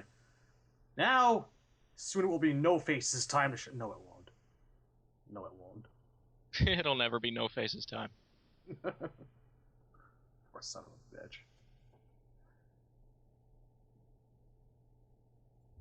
Was there anything else in the comic? I think his time is up. It? His time is never.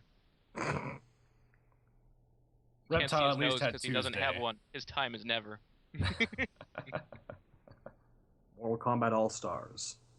Zebron. No Face. Chameleon. Meat. Shrimmer. Belloc. Mocap again. I like Belloc. Hornbuckle. Nimbus Terrapho. Other Green Jade. Other Green Jade. Her name is Emerald. Oh, that's right. Excuse me. Because of course there's no other possible names for a green female ninja other than gemstones. Opal. We got an opal yet? We don't have an opal yet. We had a ruby in the cartoon. She was just did. jade but red. Zero. It always bothered me. Why didn't they have actual jade in the cartoon? That ruby chick has literally the exact same storyline. I don't have a good answer for that. Some fucking cartoon producer was just all like, I like the color red better. That's the way I feel about, like, Sector and Annihilation. Like, I'm like, Smoke literally took Sector's place almost completely, and it didn't make any sense. I mean, I shouldn't be thinking about Annihilation. I shouldn't be mentally breaking down Annihilation, but... Well, I think Smoke was in Annihilation because he was a more important character. More popular, even, really. Because Sector and Cyrax have the least amount of story out of the three Cyber Ninjas. I think it was the same reason Mileena's not in the MK1 movie. Kitana's the important one, Mileena's not. For all or at the least time was at that time. Now Mileena's the popular one. For all the screen time that Smoke actually got in that thing, it really didn't matter whether or not it was him or Sector. I think that they just wanted to give him that cool forming from the Smoke intro that they gave him. Yeah, that's true. I mean... Probably looked better on screen. Sector didn't really have any graphics to his teleport until Armageddon. Yeah. Probably just a matter of aesthetics too. I think that like Smoke's off indigo gray color looked better on screen during the fight than like Sector would have. I'm guessing. I don't know. The entire scene was just kind of like dim in tone. I think that Smoke dominated for a much better visual contrast. I don't think it would have made a difference. There's really no saving Annihilation cinematography. Oh, we'll get to that. We'll get to that with our Annihilation episode, which we're perpetually putting off because I know we're all scared. No matter what colors you use, it's going to look like an episode of Power Rangers. Hey man, Power Rangers had some heart. This game had a shitload of blow. And I do mean that in the cocaine sense. I've heard some stories. I would not be surprised. So anyway, that was the comic. That was the comic. All right. We'll Kitana see you next time. Retrospective. All right. Do we want to speculate the over-under on whether or not Jackie will be a character in the game? I feel like it's a 50-50 chance, personally. She seems like a very, very feasible and logical conclusion. At the same time, I don't know if we're going to be literally looking at an entire second generation of characters. I feel like out of everybody, she's possibly a Feint. Yeah, see, that's what my concern is. Like, she clearly doesn't have any powers. So unless her in-game origin story involves, like, there's a freak accident and now she has cyborg legs. I was just thinking that exact thing. Yeah, right? That would be how you make a Jax character, but not the same. Cyborg legs. And then you could give her running moves like Cabal, because Cabal's not going to be in the game, probably. The same way Cassie has Stryker's gun, because Stryker's not in the game. I'm not cheering for her, that's for sure. I'm not... Yeah, she's kind of boring. I barely like Jax. So if you put Jax's daughter in there, I'm like, okay, well, what's the selling point? What about this character am I supposed to latch onto?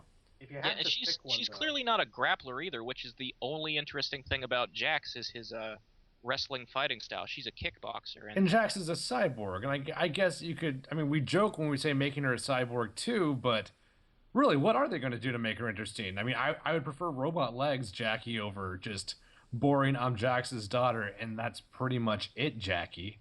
I'll take the $1 billion Jackie over fucking regular-ass Jackie, because right now there's nothing. There's just no selling point for this character. Aaron Black looks awesome, so if he's in the game, at least I have that design, you know? One way or another, assuming Jax or Jackie are in, a Smell of Revenge story.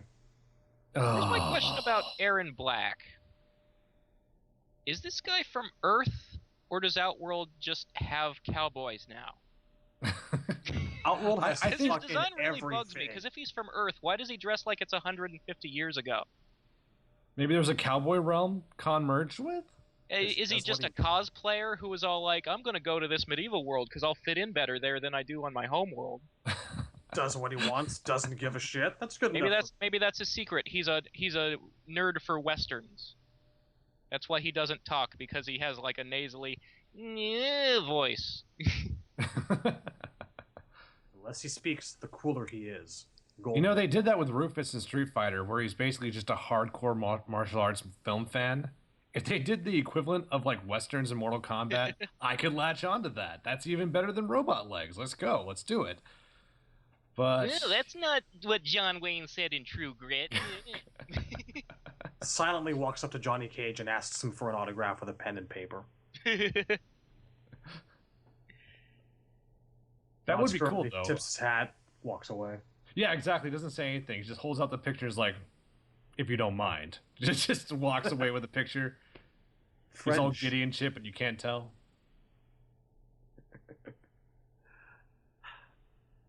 I could take him. I wouldn't mind having him in the game. I like the design a fair bit, but I'm not in love at first sight with him like half the internet is, but if he turns out to have like an interesting story, I could easily get behind him. I'm with half the internet. I would say if he's in, he's my favorite new character by far, by a long shot. He just looks cool. That's really all I ask out of a new character, is make them look cool. Even if it's silly, I'm okay with silly. I have a history of silly in Mortal Kombat. I look at Devora and just like yellow and black and a hood and no pants, and I look at Kotal. I'm like, yeah, the Aztec thing's all right, and Cassie's never been my cup of tea. So now I have a new character who has not just a good design, but charisma. Even if it's cheesy Western charisma, that counts. I'll take that. Ain't nothing wrong with cheesy Western charisma. Remember, this may be a little bit of trivia to some out there who don't know, but one of the original concepts that gave birth to Kung Lao was Clint Eastwood in Man with No Name. That's the secret to the imagery. That hat covering Kung Lao's eyes, that comes from the old Sergio Leone spaghetti trilogy. That's why we have Kung Lao the way we do now, because that Western influence is right there in him. And that's awesome. But at the same time, they took that Western influence and made it a kung fu guy, because Mortal Kombat is about, Asian setting and mythology cyber ninjas and odd jobs. And I guess 25 years into it, yeah, why not branch out and do things that are more than just 70s Hong Kong flicks? But not even 20 years later, man. We had cyber ninjas in MK3, and I remember the days when people just threw a shit fit about that because, oh my god, it's not Asian influenced anymore, and they're fighting in subways now. That was deliberately the point of Mortal Kombat 3, was to move it from being in its own little corner of the world and take like the war between Earth and Outworld into the modern day and have it actually affect the world. If you look at it on a meta sense, the urban environment and the American comic book style characters were about. And yet it's still very cult filmish, because it's like we went from Enter the Dragon to Escape from New York, and aesthetically, even if you know nothing about the characters, you can kind of see that cult influence, Yeah, I guess I'm just saying, like, I wonder what the excuse for Aaron's Western flavor is. Again, I want to know his backstory. Does Outworld have gunslingers somehow, or is this guy an Earthrealmer who decided to move? Either one works for me, because the way I see it, Kano's probably been dealing weapons in Outworld for 10 years now. I imagine that. Guess, but even if Outworld was full of Black Dragon weapons, why did, culturally speaking, he pick up the 10-gallon hat and poncho also? Because an Outworld would know about that. Wouldn't it be worth it to have him in the game just so Cage and Aaron Black can have intro dialogues? I'd be all over. I love Kano's line where he tells Kung Lao, "Do you throw your shoes too?" I love that. Yeah. Oh my god. I'm just imagining like an alternate Lee Van Cleef black cowboy outfit for Cage with a handlebar mustache, and it is the greatest thing I have ever seen in my mind. Now that we have Aaron, why do we need Salazar? Again, they seem to be the same guy, just like Salazar seems to be another Kano or Movado. Salazar to me is a paragraph to be judged when and if I actually see him. I don't know. Yeah, see, I'm stuck on the idea that I don't think a web series will invent its own characters, but wouldn't it be I'm crazy? really hoping they did. What if really that was like hoping those guys aren't in the game. What if that was like a pseudonym? What if that was a temporary name for Aaron Black, and that's actually who they're referring to? Wouldn't that be crazy? Like if That Salazar would was a actually- holder the whole time? That's plausible and would please me. Agreed. Absolutely agree. Because now that I have a design that I like, I'm much, much more forgiving. Yeah, but see, the other thing is, I said this last week, or yeah, it was last week. I wonder if Aaron Black is even in the game, or if he's not the guy in, because a future issue solicit says that one of Kotal's allies dies, I've been and really mentally to thinking get that the it's also power gonna to be him. avenge him, that's why Kotal starts seeking out the Kamidogus and using blood magic. And I wonder if Aaron's not that guy, because I'm looking at everybody who's on Kotal's team right now, They're all and characters. all in of the game. other members are in the game. So who the hell dies? I'm thinking, like, see, originally, back when we didn't know who that mystery whitish ninja was, and I thought it was Chameleon, I'm like, there's a lock for your next corpse. But Yeah. since we're now aware that that's a poorly or intentionally poorly colored reptile, that's how I've been basically looking at Aaron Black. Nice design, but I think he is going to end up dead. Which I can't wait to see if that does happen, what the internet's reaction is, since they've all fallen in fucking love with him. Suckers. Yeah. I'd be a little heartbroken. I wouldn't be in a rage, but I'd be like, finally a new character I like, and they're not even in the fucking game. That would be my reaction. I wouldn't be too broken up over it, but I'd be down. I think we're going to see a lot of...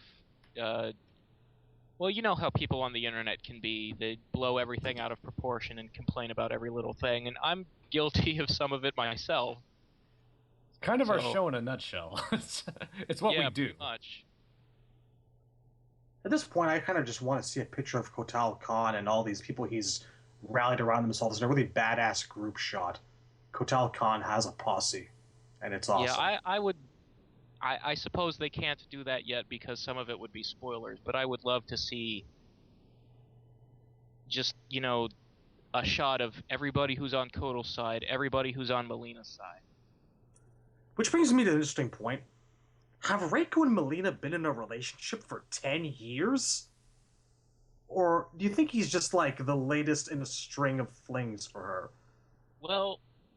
You tell me Reiko and Mileena for 10 years and I can't do the math. I That feel doesn't like seem the answer possible. to that question depends on where the fuck is Baraka, but maybe that's just me thinking about the old timeline, and they said that they were going to have a thing No, in I've been MP9, wondering- but it ended up on the cutting room floor, and this I've been wondering writer that is too. either not aware of it or has no plans for it and won't ever mention it, but I'm I'm kind of Baraka bummed and out Mileena all the Mileena's with time. Reiko, because I've always wanted that to actually pay off, her and Baraka.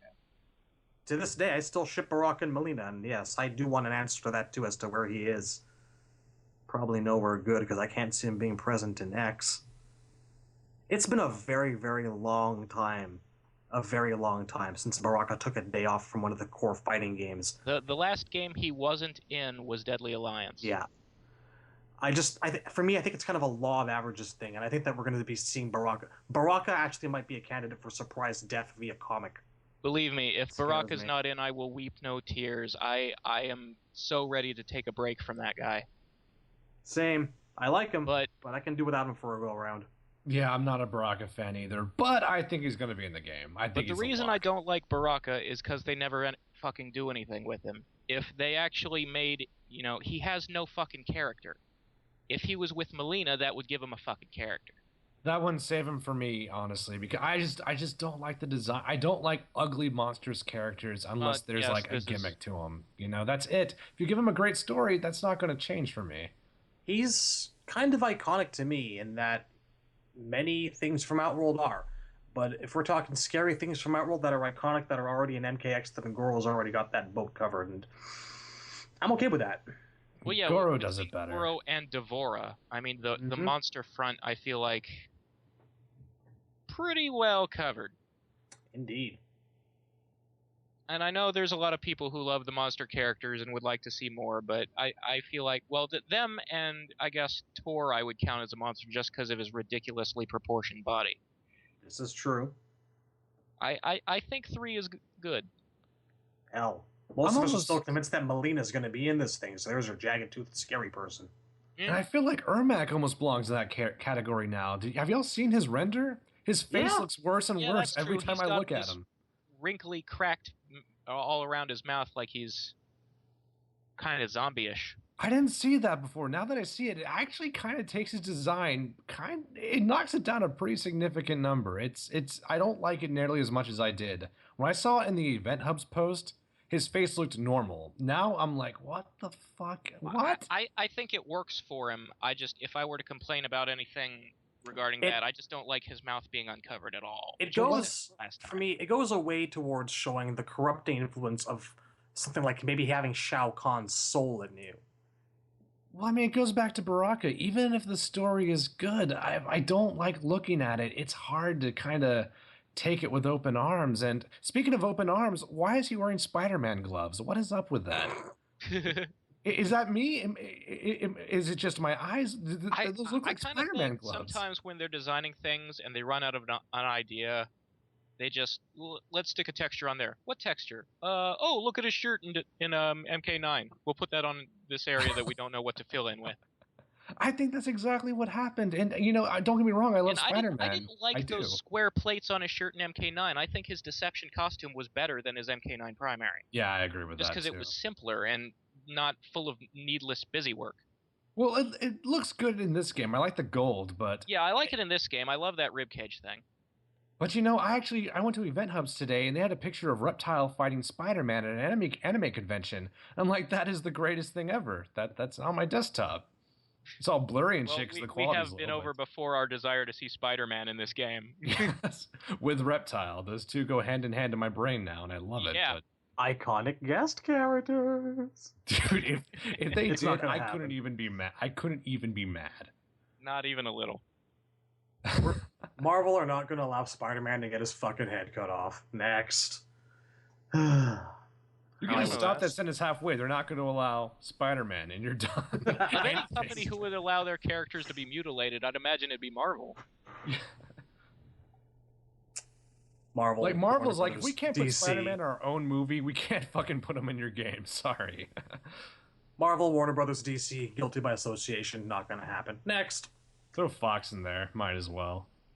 Not Fox, Sony. Crossovers have people's heads getting punched off, or like, I remember the Siege of Asgard miniseries. Sentry rips Ares in half down the middle, Kung Lao style, and you see the guts on panel and shit. Marvel are not afraid to throw in the occasional really gory death when it's something that they know is not going to last forever. There's every Wolverine and Punisher comic ever. This is true. Deadpool. Punisher Max. Loves the gore. Did you read Punisher Max? You got someone in there getting their face blown off and still coming after the guy for a couple of panels. That thing will haunt me to my grave. That was some scary ass artwork right there. Good times. So I guess we should do that retrospective. I guess we're. Yeah. It's been a night. Kitana. We have been promising it for weeks. I think the main reason we've been dreading it is we feel like it's going to be pretty lengthy.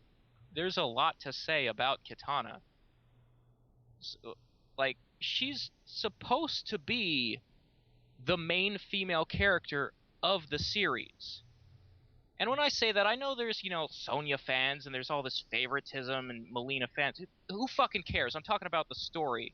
In terms of role in the plot, Kitana is the primary female hero. She has a direct tie into the main plot, the defeat of Shao Kahn. She's the main male hero's love interest. She's in the movie, the first film, and Mileena's not. Sonya's story is a side plot. Her grudge with Kano, that's all... That's the same... Scorpion and Sub-Zero, that's all side stuff. The main story of Mortal Kombat is Liu Kang and Kitana versus Shao Kahn. Or at least it was before the reboot.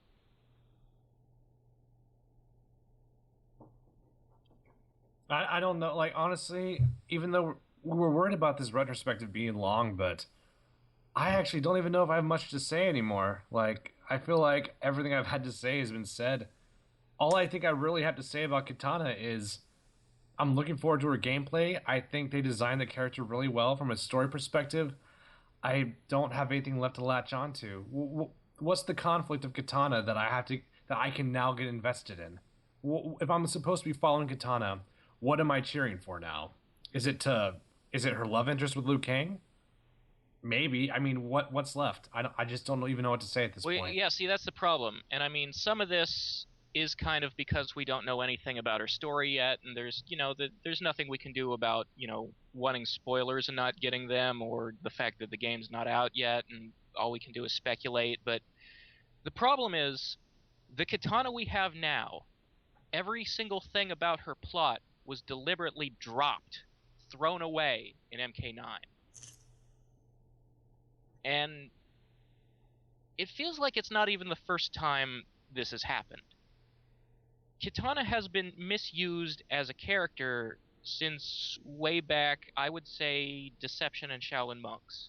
Way back in like 2004. There hasn't been a good Kitana showing since Deadly Alliance. Because if you look at her story, the most interesting thing about her was MK2 and 3. The part where she starts out as a seeming villain and turns out to be a mole who wants to help the good guys overthrow her stepdad. And that character development, that transition from villain to hero, villain to rebel to hero, really. The problem is her story kind of ends at the end of MK3 when Shao Kahn is defeated and Edenia is restored. Because from then on, everything in her story is just about, well, over here on the side, here's Edenia with Sindel and Kitana running things, and every once in a while, a villain attacks Edenia and they get kidnapped, and Liu Kang has to go save them. In a nutshell, when Edenia is not in danger, they don't know what to do with her. And she was, with the exception of Deadly Alliance. Yeah, Deadly Alliance is an exception because it depicts her as proactive. She's not just this damsel princess. She's the general of her army, and she's the one leading an attack on Shao Kahn. She took her armies into Outworld to attack him instead of defending from an attack. She's the attacker because she wants to kill Kahn while he's still weak. And there's some interesting stuff in there about her allying with Goro, and that was the most interesting he's ever been because he was on the good guy's side. We got to see that his honor isn't just words, that he actually means it, that he can be more than this villain who talks about stuff. He's actually got a good side to him. That may have always been there. I mean, it's possible that Goro was always like that, and his motivations for fighting for Outworld were, like you said, they were honored. They were. It was true. A code. I mean, that goes back. Tobias probably always imagined him that way because it never really got to be shown because Goro spends MK2 and 3 in hiding, pretending to be dead. Yeah. But even in like the MK4 and Gold endings, we see Goro make peace with Kung Lao and sign a treaty to end the war between the Shokans and the Centaurs. So even under Tobias, he wasn't a bad guy. And the reason he's a good guy in Deadly Alliance is just because they were continuing where Tobias left off. Goro was legendary up to that Deception character assassination. Yeah, which makes me think that Tobias was the only fucking smart guy they had, and they wanted Goro to be a bad guy. Or maybe they thought we wanted him to be a bad guy. Maybe they thought that's what the fans wanted, and if they think that way of the fans, that's worrisome to me. Yeah, see, they say they're listening to the fans, and they listen to the fucking casuals who think Draman's a bad character. They're not listening to the actual hardcore fans who know what the fuck is going on in the story.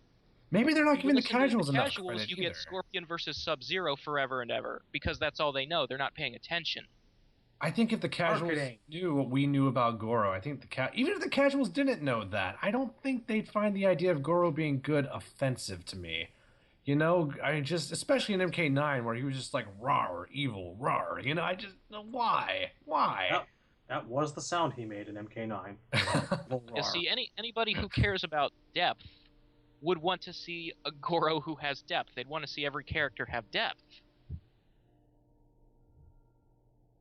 I mean, if he's evil, where it's like Kitana, like, where does Goro go if he's evil? What does he do now? What's he fighting for? Hey, Kitana fans, He just becomes Baraka Reptile. He serves whoever the bad guy is. Which is lame. Well, I like that for Reptile, but for Goro, really that's need lame. Characters like that. It's such a lazy tactic to have these permanent henchmen who never grow or do anything different other than be henchmen. I think some people are built to be henchmen, and you can have a really interesting henchman, but Goro is not that henchman.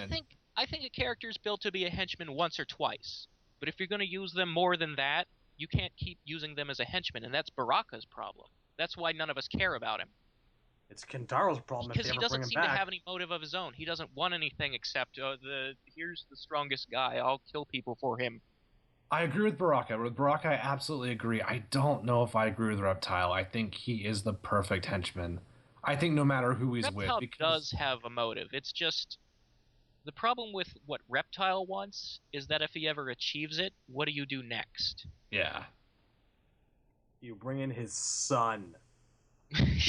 Been saying it for 3 fucking years. I look forward to seeing that iguana on the select screen.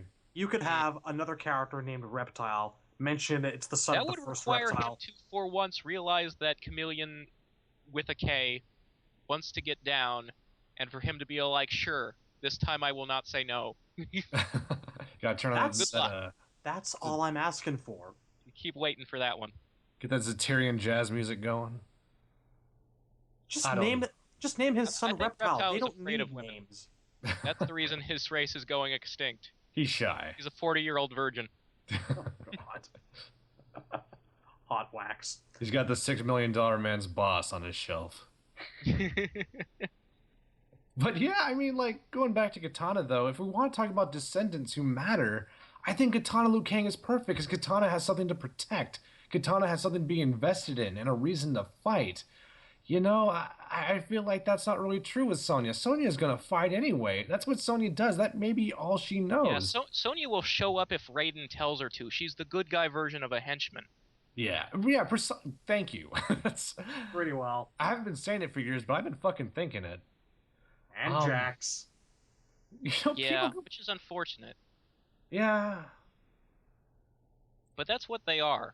Them and Johnny. They're just good guy henchmen.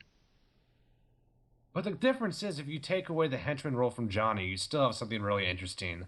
What happens when you take the henchman role away from Sonya? What's left? See, I think the key to giving Sonya growth is her relationship with Johnny.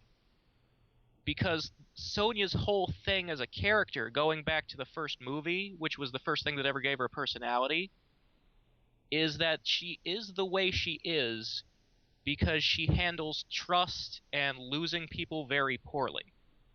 Which, you know, so she's all about interpersonal relationships.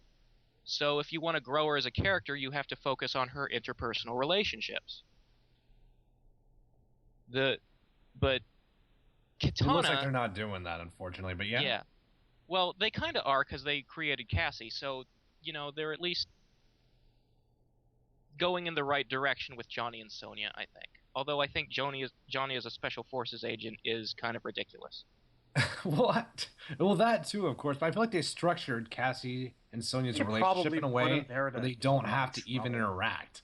Like, Cassie could just be like a page in Sonya's book, and it's really all about Johnny and Cassie. Well, I feel like setting up this mother-daughter rift, that's obviously, it's there so that it can resolve. It's there to create conflict so that there can be character development, perhaps, in the game, if not in this comic. That's fair.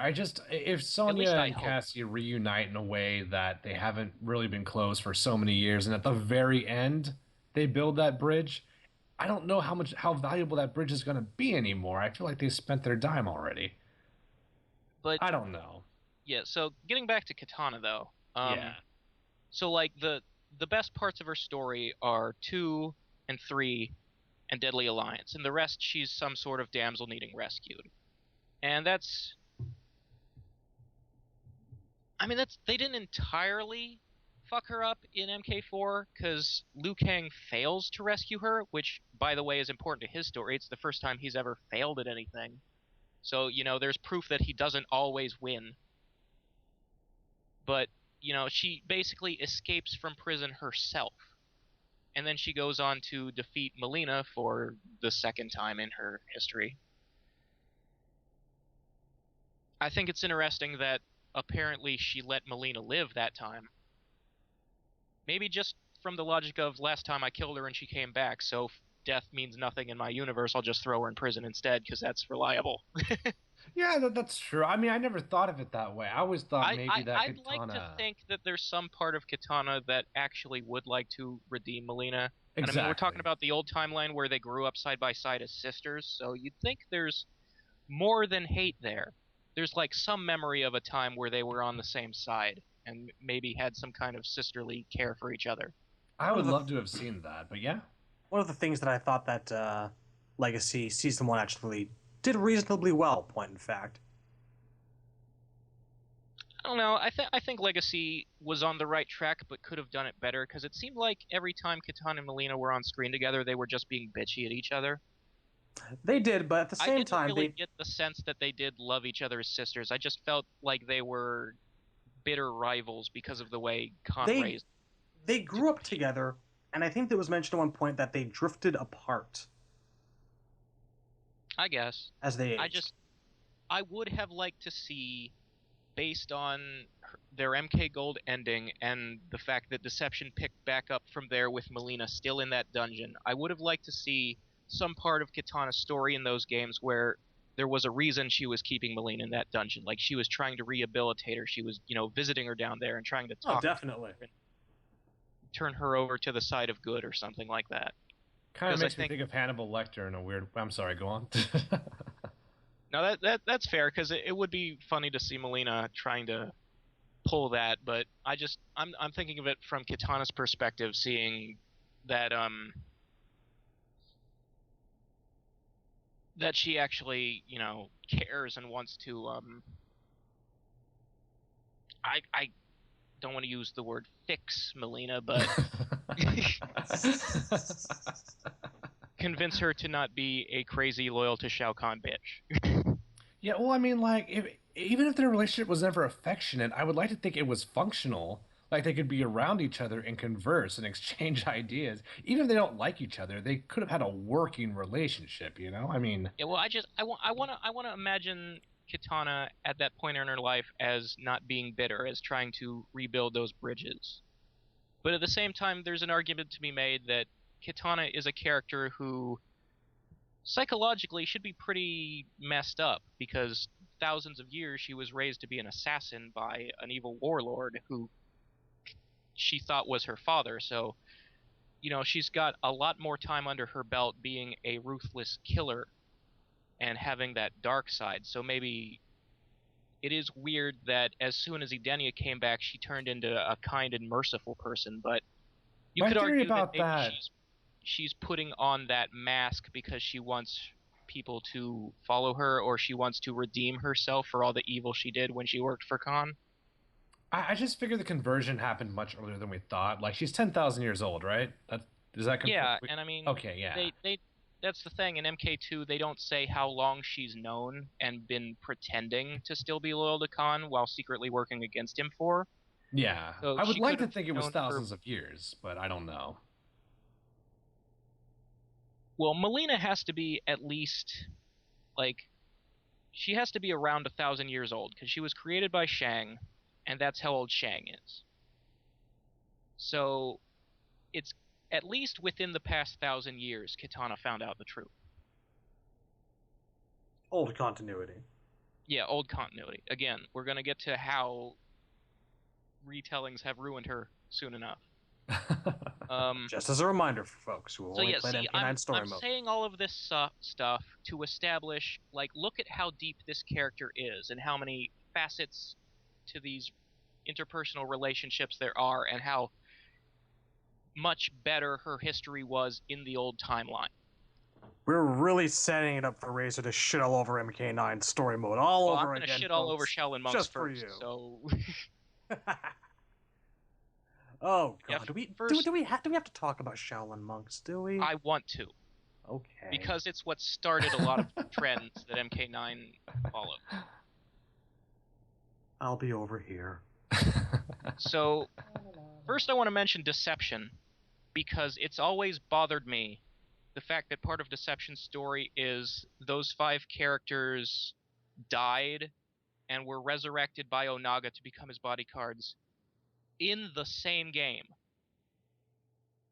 And people talk a lot about there's, death doesn't mean anything in Mortal Kombat, everybody comes back.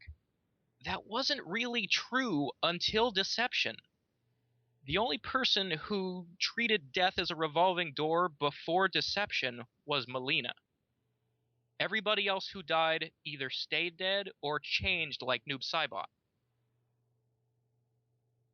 Deception is a smaller version of what happened in MK9. A whole bunch of people died at the same time and were brought back as slaves of the villain at the same time.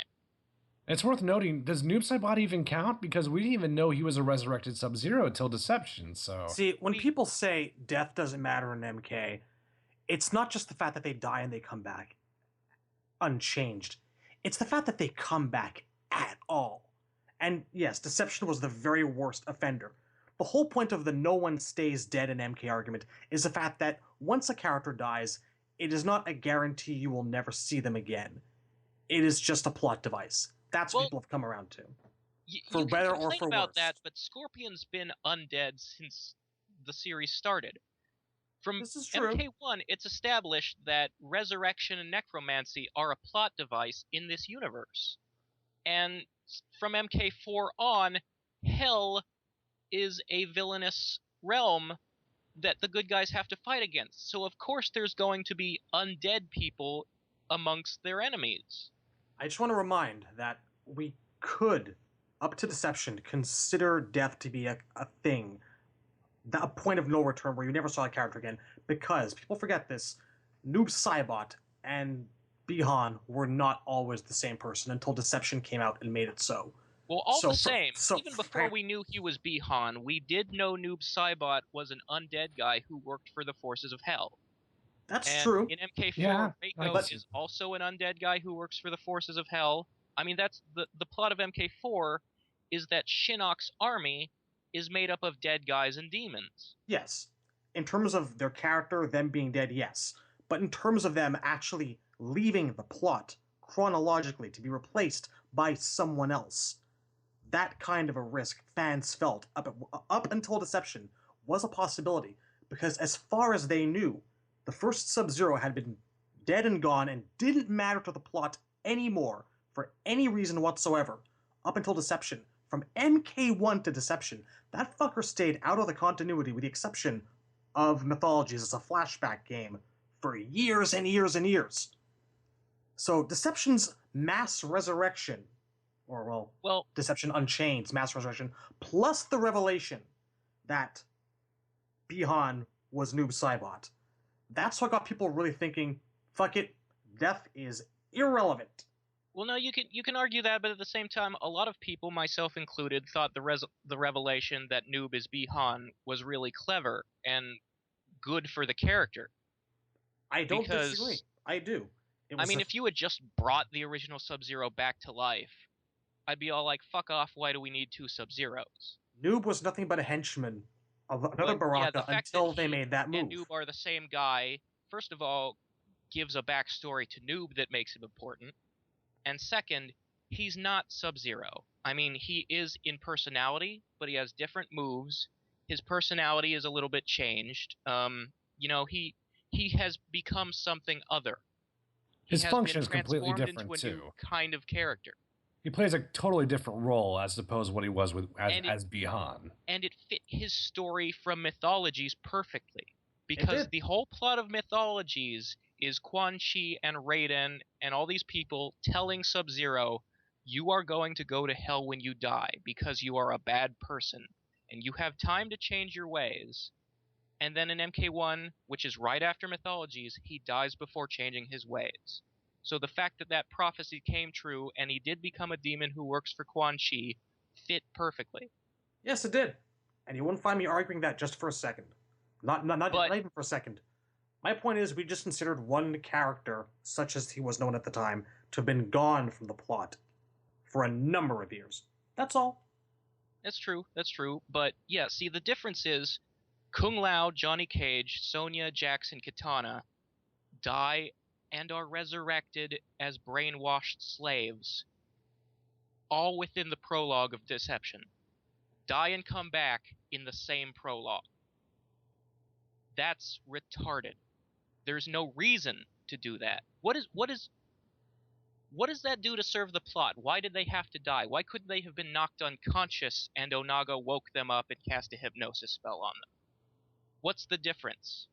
Except that killing them and bringing them back makes death cheaper.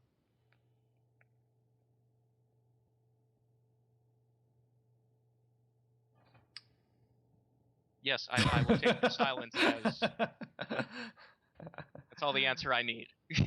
No, sorry. Yeah. I thought you were. I didn't think you were done. No, I thought you were done. I just legitimately didn't have a counter response. I mean, I agree. Yeah. No. Yeah. If you're arguing that like that cheapened death, that mass death and resurrection show, absolutely, it really did. So, anyway, that's the first dumb thing they ever did with Kitana.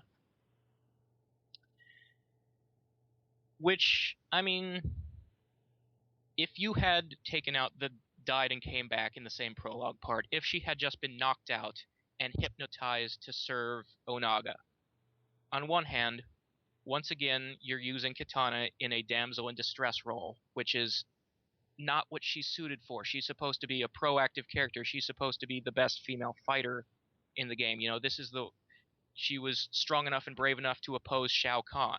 That's her whole thing, is that she's not the damsel. So there's that. And then there's her Deception Unchained ending, where after being freed and on her way home, she runs into Blaze. And Blaze tells her that Armageddon is coming. And her response is to drop to her knees and cry because she's so overwhelmed with all of the bad shit that's happened to her. I didn't know about such a short amount of time. Yeah, I found out about that ending like a little while after Unchained came out, and I was actually rather surprised by it. Yeah, Danny is always under attack, and my boyfriend Liu Kang just died, and I was just a slave to a bad guy, and now the realms are about to face the worst thing ever, and you know she just drops to her knees and cries, which, sure, I guess that's a response to that situation that's not completely out of nowhere, but at the same time, that's not how you want to depict your character to the audience if she's supposed to be like a strong and brave and an important heroine. It makes her a bit more multifaceted, because even the strongest people have their weakest moments. And it is sadly, it's much easier to portray that. If it happened by itself, it would be fine. But as part of a string of poor characterization, it sort of adds to the pile, even if it's not meant to. I think, though, this was actually one of the last really good moments she had. You don't see a lot of nervous breakdowns in MK, and I think that, given everything that all of these people go through, most characters are entitled to at least one. It does humanize her a little, but I don't feel like she needed it, because we already saw her mourning Liu Kang in the Deadly Alliance endings. I think she... That's fair. Liu and Goro. Her ending has her attending Goro's funeral, and that was a nice moment. She didn't... It doesn't mean she's always crying at the slightest thing, though. Yeah, she didn't collapse and cry at the funeral. Both of these things looked appropriately sad. Both of these things give her a little bit more character and depth than I'd say the likes of like Jax at this point had ever gotten. Yeah, I enjoyed it. I didn't know if Armageddon was foreshadowed. I didn't know Blaze was in an ending saying Armageddon's they did that in happen. Unchained. I had no idea. That's the whole reason that I picked up Unchained, to see this for myself. Ties into why she's frozen in the Lin Kuei Temple instead of still being an Outworld in Taven's Conquest. at the time Armageddon came out, I had not played Unchained, so I was like, what the fuck? Yeah, was because this I here? hadn't played Unchained either. I got Yeah. Unchained after Armageddon came out, so That- it seems like Frost is in that stage which looks exactly like the Cryomancer tombs in Outworld did in Deception, because some artist or writer fucked up, and then Vogel had to go and come up with an excuse in Unchained to make it make sense. Bless that poor man. He gets so much shit shoveled at him, but he did the best he could. Yeah, he tried. I wonder if MK9 is the way it is because he got tired of trying. It never paid off. All that hard work for nothing. Why not? Fuck this, not my problem anymore. You guys, you take this.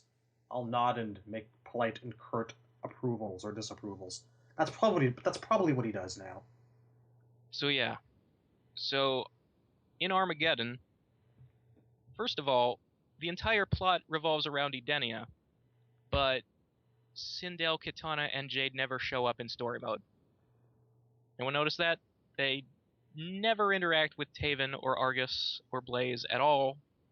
It caught my eye. They didn't even get bios. Like, Jerek got a fucking Armageddon bio. But not the rulers of Edenia?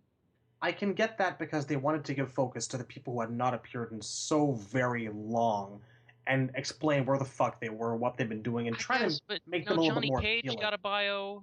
Fujin is probably, it's appropriate that he got a bio because he was a newcomer, but...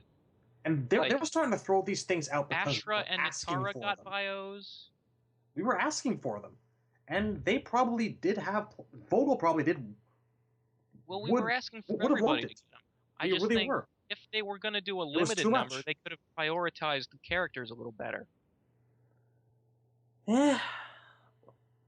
All told. Or when they wrote Conquest Mode, they could have fucking written Kitana in. Because she's kind of important to Edenia.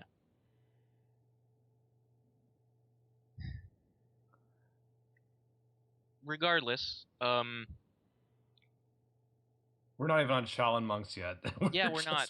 First, I want to talk about Kitana's Armageddon ending because it is the first of multiple occasions in which she gets an arcade ending that revolves around her forming an all-female team, which has nothing to do with her character. They're just saying she's the token girl, so why not Charlie's Angels?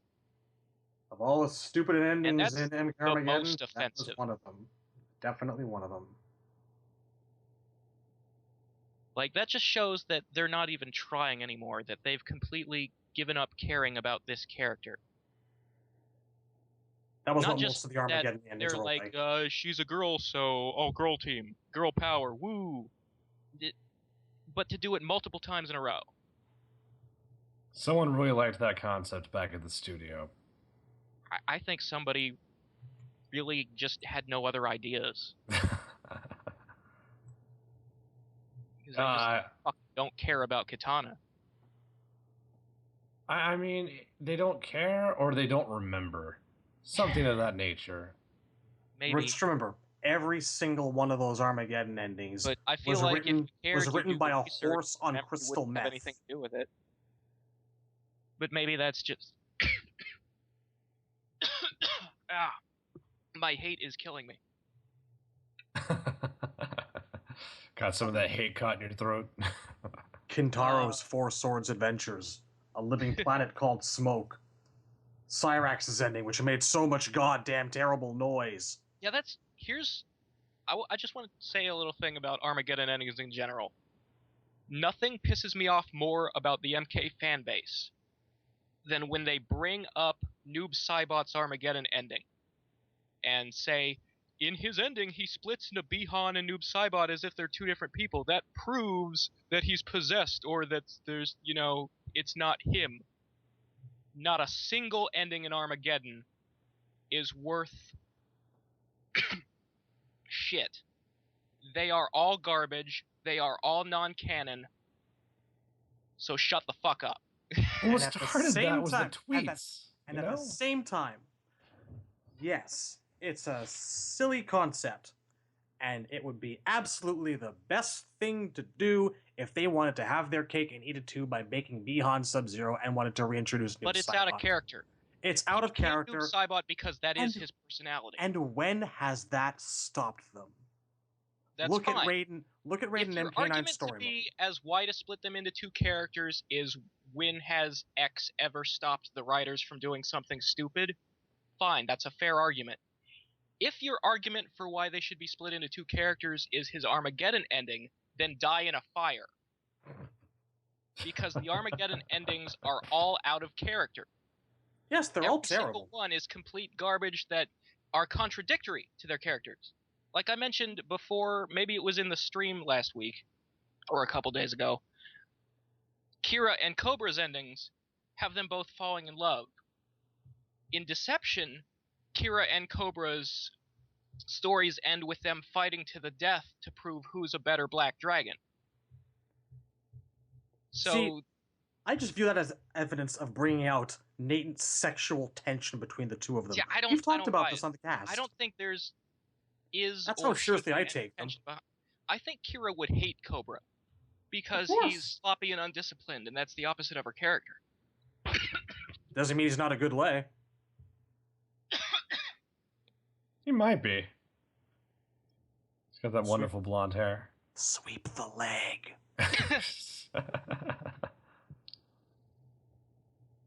Is Cyborg in the chat still?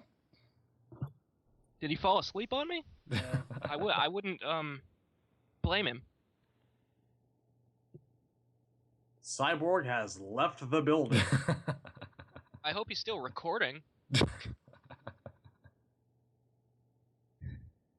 This is awkward. Yeah, a little bit. The host Still with the here. most Still here. absence. Still here. Well, Oh. You sound like you're just waking up, dude. Well, I haven't said anything for like 40 minutes. And then This is 30 how minutes much he cares before Would you about like tried to say introduce something the while I go get a drink? retrospective. No, I'm good. I don't want to choke to death before I'm done hating Shaolin monks. I think that actually, Razor, once you get to start talking about Shaolin monks, I'm actually going to get up and have a cigarette. Because I know that we're going to be here a while. And I won't dignify Shaolin monks with listening to anything being discussed about it apart from its fun gameplay. Not plot-wise, anyway. We might have to hit fast forward anyway, because I got to be awake in like 6 hours, so we may have to speed this up somehow. Oh, Alright, this Kitana retrospective. So yeah, Shaolin monks. And before I start, I don't want people to get the wrong idea. When I say hate Shaolin monks, I'm referring only to the script. Shaolin monks is actually my favorite MK game in terms of gameplay and art style. I agree completely. There was a lot of wonderful things about that world, the environments that they created, the combos you can do, the extra fatalities that they shoved in for characters, but the script was written, again, by a horse on methamphetamines, and I refuse to dignify it with discussion. Let's talk about that first. Shaolin monks was not written by the usual MK team. John Vogel has, in the credits, is listed as a consultant. I don't know that he ever looked at the thing. Hey, John, when you stab a monk in the head and throw him against the wall, you think you should ask him if he's okay? Yeah, sure, why not? Yeah. Although he said in the Fight Night chat that if it didn't contradict the canon, it happened, so... And then Ed said to look at it as a what-if kind of scenario, which is the they ended up taking that back solely because of fan backlash. It was so bad. So bad. Look, there's no possible way to make it fit the canon because everybody dies. Except for Mileena, who should have died. The only person who dies in MK2 doesn't die in Shaolin monks. Oh god, I have to go get that cigarette. Talking about Shaolin monks makes me damn So, Shaolin monks was written by a guy named Jim Kruger. If you've never heard of him, he's a comic book writer. Not a Hopefully very burning in hell. prolific one. I think the thing he's most famous for is he wrote a Justice League graphic novel that Alex Ross did the art for. And that wasn't canon, it was like an Elseworlds based on Super Friends. That a sounds awful. serious take on That Super sounds Friends with terrible. Alex Ross's painted art, but Super Friends all the same. It's a way to get your leg in, I guess, but I guess, but in terms of knowing a damn thing about Mortal Kombat, clearly he didn't. Which is funny because before Shell and Monks came out, Ed and co told us that they had hired a comic book guy specifically because they wanted someone with a history of researching and working with canon. well, that's embarrassing. Yeah, isn't it? Like they wanted a continuity expert to come in and look at their continuity and write a retelling of MK2 that would actually fit. And what they ended up with was the exact opposite. So Really a painful opposite. I don't have the positive memories of Shaolin Monks that you guys do. I just remember the story and the contradictions. That's really what comes to mind. So in terms of how it applies to Kitana, Shaolin Monks is sort of one more thing on a pile of versions of Mortal Kombat where Kitana has a different origin story, which is one of the major problems with her character, is that every time they adapt MK, they tell her origin a little bit differently. And that just confuses the fucking audience. When MK9 was coming out, people defended the reboot idea and the fact that they were changing history by saying, I like what ifs, I like Elseworlds, it's interesting to see them do a new take. Mortal Kombat has too many different takes, too many Elseworlds and alternate continuities. The fact that things aren't consistent is damaging to the lore, because it means casuals can't fucking follow what's true and what isn't. Especially when they're not sold as Elseworlds. They're not sold as this is a what if. They're sold as, don't you want to know more about the story? Most of the MK fan base thought the first movie was canon. Ugh. And I mean, that sounds silly in 2015 where there's comic book movies all over the place and it's now common knowledge that, you know, these things don't follow the source material. People are aware of and accept it. Yeah. Back then, people didn't get the difference. They thought it was canon that Johnny Cage fought Goro. I don't know. Part of me wants to think that I would hope people would know that Scorpion doesn't shoot a spear. Or let me rephrase that. Scorpion doesn't shoot a bird out of his hand vagina. I would hope people would have made that connection. I would call it more of a snake, but yes, that's Yeah. pretty retarded. A snake's almost worse. Yeah. That's more innuendo. It was clearly not a spear. That's the important thing. Yeah. And also had nothing to do with scorpions. So just utterly baffling. If he shot a scorpion tail out of his hand, I'd be like, well, okay, fine, but nope. Yeah, no. Just scorpions, snakes. In fact, the episode of Conquest that's about Scorpion fighting Sub-Zero is called The Serpent and the Ice. Scorpions are serpents now. Because they're so serpent-like. Arachnids? No, they're serpents. They have those serpent-like claws, you know? Yeah. Scorpions are known for their poisonous fangs and their limbless, slithering bodies, and god damn it. Like if they said like the lobster in the ice, I'd be like, okay, well that's understanding confusion, but that oh. But anywho, we're on 2 of 3 origin stories for Kitana, and none of them were. Kitana's story in this game is that when she found out the truth about her backstory, Shao Kahn put her under a mind control spell, so that when you first meet her in MK2, she is fully a villain until you free her from the spell. At which point you are forced to murder Jade, but that does not deter her flirting with Liu Kang for very long. Yeah, that was also awkward. Yeah, so she spends the rest of the game not helping Liu to defeat Shao Kahn, but chasing Mileena around and failing to ever catch her and defeat her. Until the very end of the game, where after Liu and Kung Lao kill Shao Kahn, Kitana just walks in and says, well, I guess I'll take the throne now and I'll try to fix things here. Just that easy. Just that simple. Yeah. I guess she is the heir to the throne, so whatever. But yeah, that's Shell and Monks for you. Wow. I came back in at exactly the right time. And then there's the movie where her origin is that I guess she was old enough when she was adopted to know all along that Khan killed her real dad. And she does often actively rebel against him, but he doesn't seem to care. Whatever. They never really went too far into detail of what she knew and when she knew it. Yeah. And then there's Conquest, where the reason Khan adopted her is he lusts after her. Because every episode I didn't of know Conquest that. had to have sex and lust. That's news to me, and that's kind of fucked up. Yeah, you're going to want to look into the Mileena episode for that one. Conquest really was all In fact, about I think the Khan TNA. and Mileena sleep together. Like, hey, she's not, there's a Mileena's question. not even a clone of Kitana in Conquest. She's some outworld villager who is transformed into a copy of Kitana. And her mouth goes bad because the spell starts to fail and gets caught halfway. Do you think that Reiko asks to wear the helmet to bed?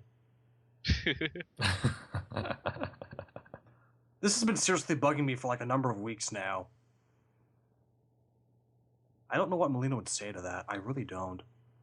You know, that's actually a good point. In a world where Shao Kahn is dead, shouldn't Reiko be wearing the helmet? No one's there to stop him anymore. Shit, the guy doesn't even need to be an MKX. His character development is fulfilled. Exactly. He's done. So where's that shit in the shower?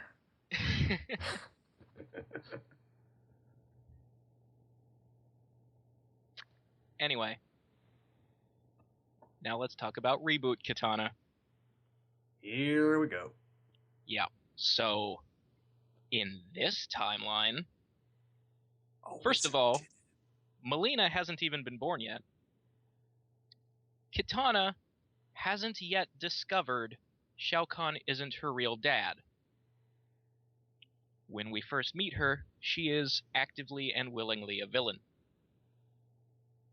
And the only reason she starts to convert to the side of good is because meeting Liu Kang and him sparing her life caused her to start to grow a conscience, I guess.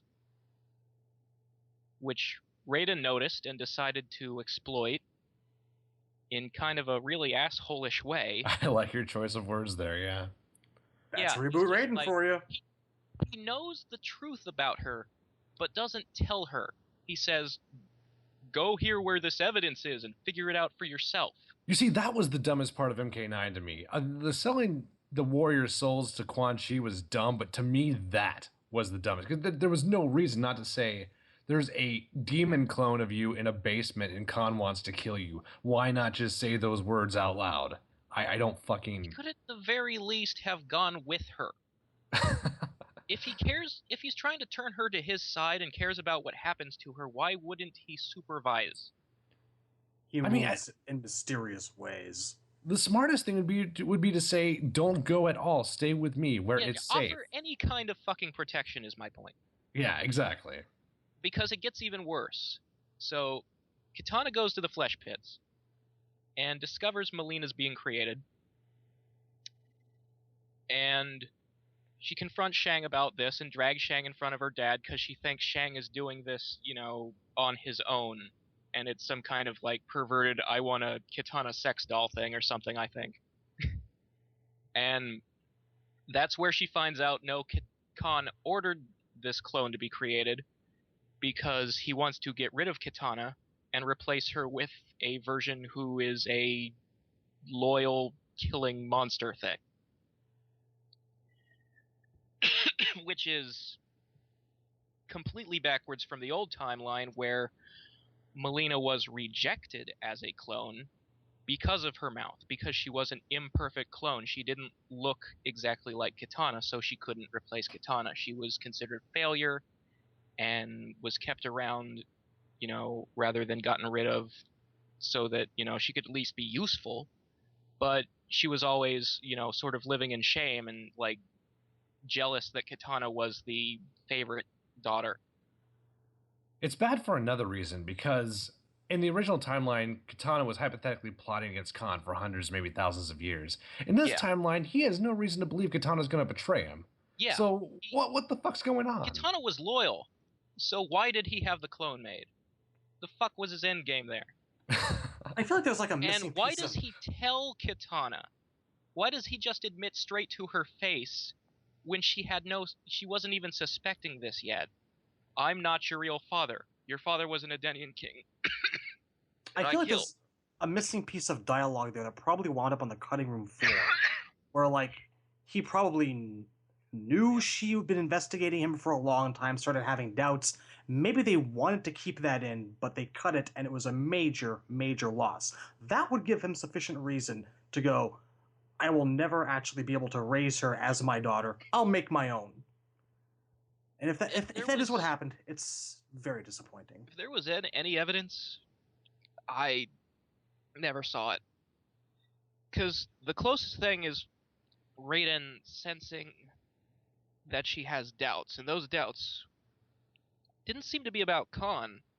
They seemed to be about, her conscience, about not wanting to kill people. And, so anyway, Kitana gets thrown in the dungeon to be executed in the future, and when Raiden finds out about this, even though he's the one who sent her down that path, doesn't seem to care. So, yeah, what Not a dick. openly, at least. It's never explicit. I mean, the game wants us to think that he does, but they don't establish it in any possible way. Well, his response is sort of like, well, I would rescue her, but we're strapped for time. The sheer hatred for everything Kitana's become since Deadly Alliance is killing Razor physically. Yeah, it is. His cells are breaking down. This isn't even her final form. I'm literally choking to death on my own hate on the air. This is why we put off doing Kitana for so long, people. Look at what this is doing to me. Look at what your request has done to me. You can't see it, but there's probably foam and blood coming out of that mouth. When we, do a retrospective, any other character, you will not get this response out of me. When we cover Sub-Zero, I will not cough myself into the grave. I promise you that. Only for Kitana. You're welcome.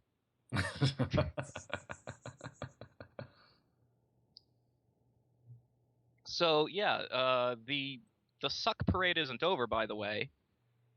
Kitana is rescued by Liu Kang. Again, she was a damsel in fucking distress. And I mentioned before, while she's captured, somebody changes her clothes into a skimpier outfit. And she never changes back. She wears that outfit for the rest of the game, despite the fact that days or weeks probably pass off screen. Laundry day? That's just plain weird.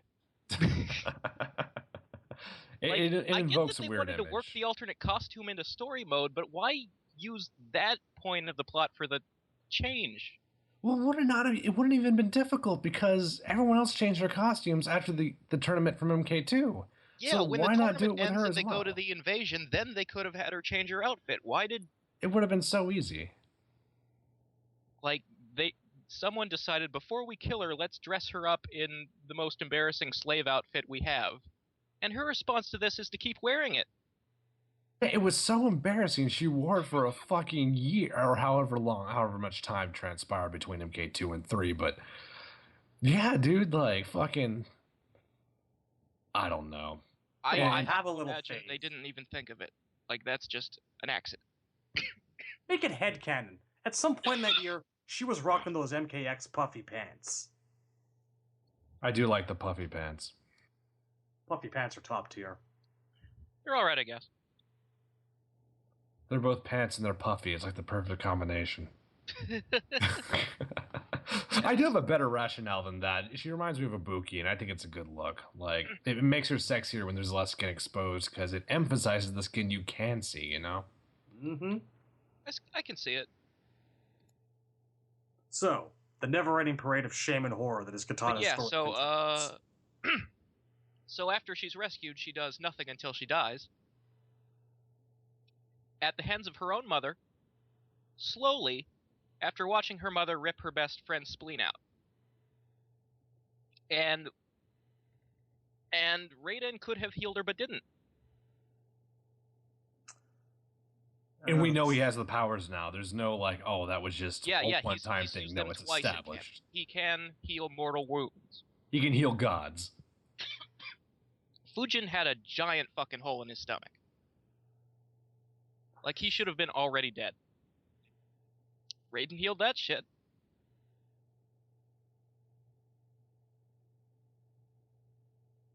But yeah, I think I've covered all the highs and lows.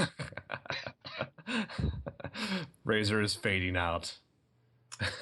Well, no, not completely, I guess, because, you know, we talk about her as Liu Kang's love interest a bit, but in MK9, that romance never really has a chance to bloom.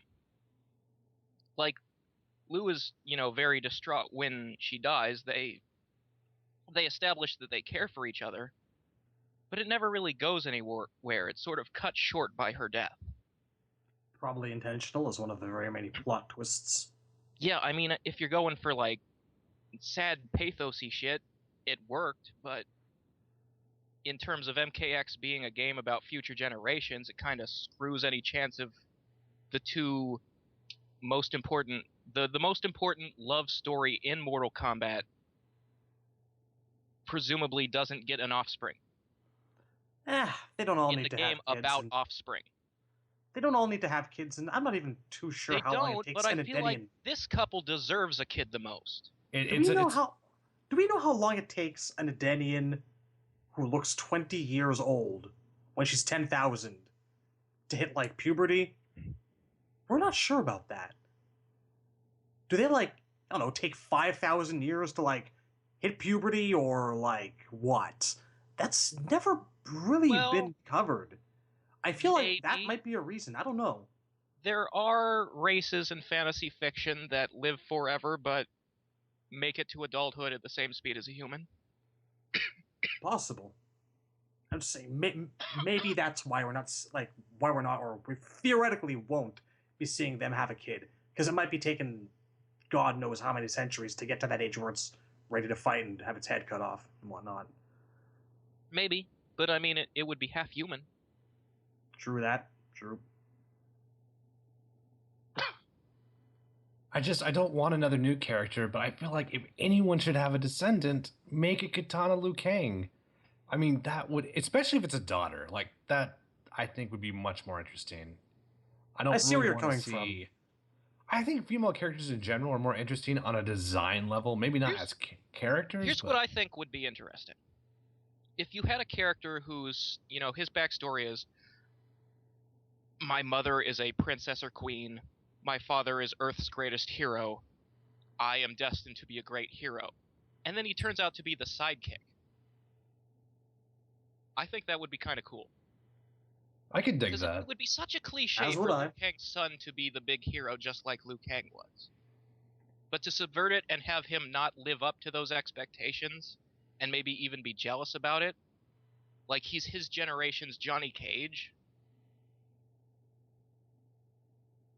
Or maybe even like a little bit with a bitter slant. I'd still prefer Son of Reptile personally. Sorry, it's. I'm never gonna get over it. I'm just not. But so that was story. I don't think I have a fair amount to. Before we finish story, I just want to mention, I wish her MK versus DC ending were canon.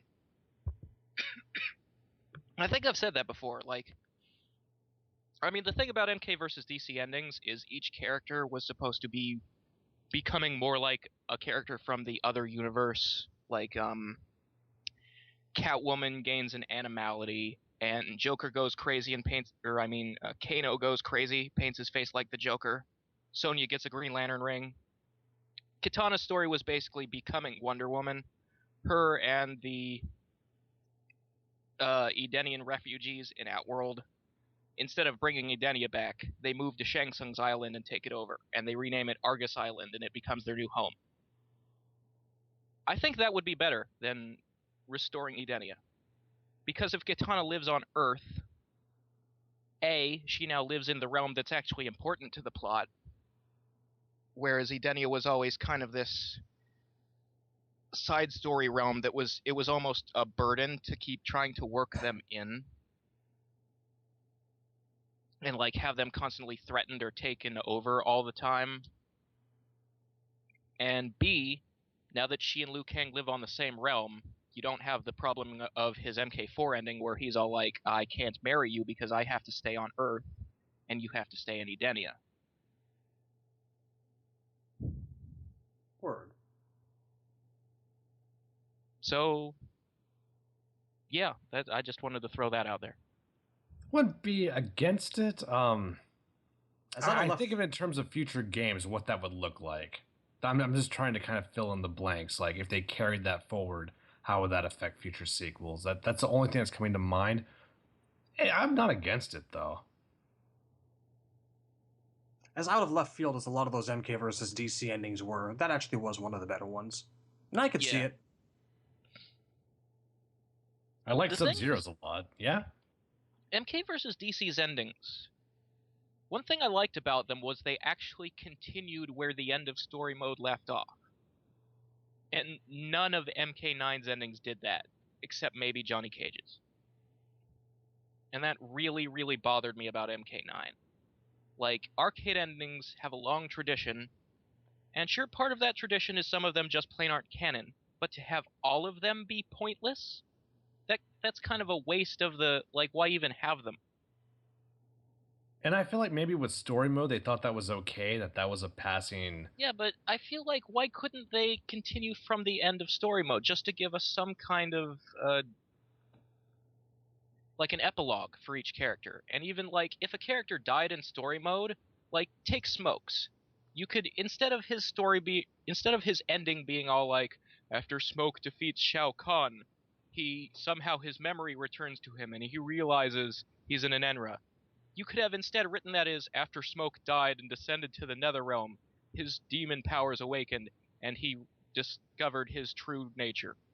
That's kind of the way that I think we're going to be looking at it going forward if these characters come back, hopefully. I really hope this time with MKX, the arcade endings are like the ones in versus DC. I don't think they will be, though. We have a tradition of semi-canonical facts from non-canonical endings turning out to actually be the case. Like Rain discovering that his father was, a general, later Argus. Like, we take these things, They didn't all defeat Shao Kahn, of course, but X happened. Cyrax still got stuck in that desert. Yeah, pieces of endings are usually canon, and it's usually the ones that reveal some kind of backstory element. That's like in MK2 and 3, Scorpion's endings are partially canon. Mm-hmm. Even though he had nothing to do with Khan's defeat in canon. And they're the best endings. Game, like, by far, they're the best endings. Part of Scorpions are still true. And it's like, it's in endings that we found out Reptile's race was going extinct. That turned out to be true. It was in endings that we found out Sindel was Kitana's mom, and Khan's not Kitana's dad, and all that stuff. Those weren't in bios, those were in endings, and they turned out to be true, even though those endings aren't canon. And with an ending there's like some Smokes. room for that in the MK9 endings. Like, that the mysterious lady who possesses Jade could still become a character, even though Jade is dead, so she can't possess her. She could do something else. But I think that's very unlikely this time around. And there's very, very fewer instances of that in MK9 than there were in previous games. I wonder So if I they're just going feel to like drop the that. arcade endings are a complete waste of resources, and there's almost no point to even bothering with them. They're there for I'm the not second gonna- tradition, really. That's not all. gonna- Yeah, they're just we did it because we've always done it. I'm not going to Whereas crucify I'd rather them they actually until I serve know. a fucking purpose. We'll see. If you have an outlet to tell more story, tell more story. Well, guys, you know what time it is? I think it's time for that favorite costume, favorite fatality round. I agree. I will go first. My favorite costume is MKX by far. I love the puffy pants. I just think she looks really sexy. I mean, people like the hair.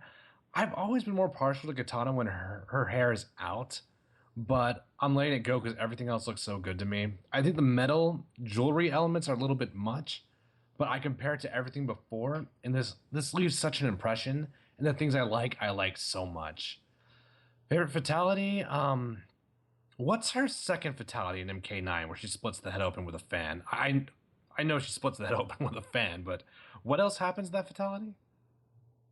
Let me I feel see like that's here. it. Or wait, no, she puts the other one in their stomach and opens it. Okay, that's my That's favorite it. fatality. That is my number one. Okay.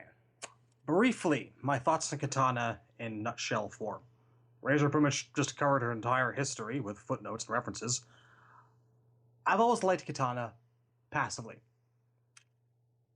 terms of story, I've always enjoyed where she's going a bit more than the likes of Jax, who never goes anywhere. She goes places. It's just that those places are often inconsistent, and there's room for more to be told, like we've established. She's not my favorite character in the world, but I don't miss her when she's gone for a little while. But it's always nice to see her back. And I really, really do hope that MKX has wonderful things in store for her. She seems to be going down this angle where she is clearly not taken well to being to being Quan Chi's servant. I hope that her storyline isn't just a straight revenge angle, that we're going to find her maybe trying to find out where Liu Kang got off to or where he is, or we'll see. I hope most that in Sindel's I Agreed. hate so much characters that just say princess forever.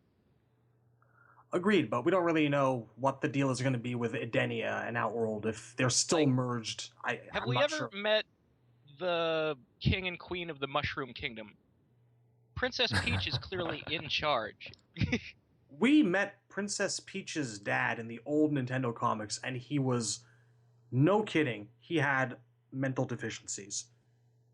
Fair enough. He sat on his throne and he played with dolls. Anyway, That works for me.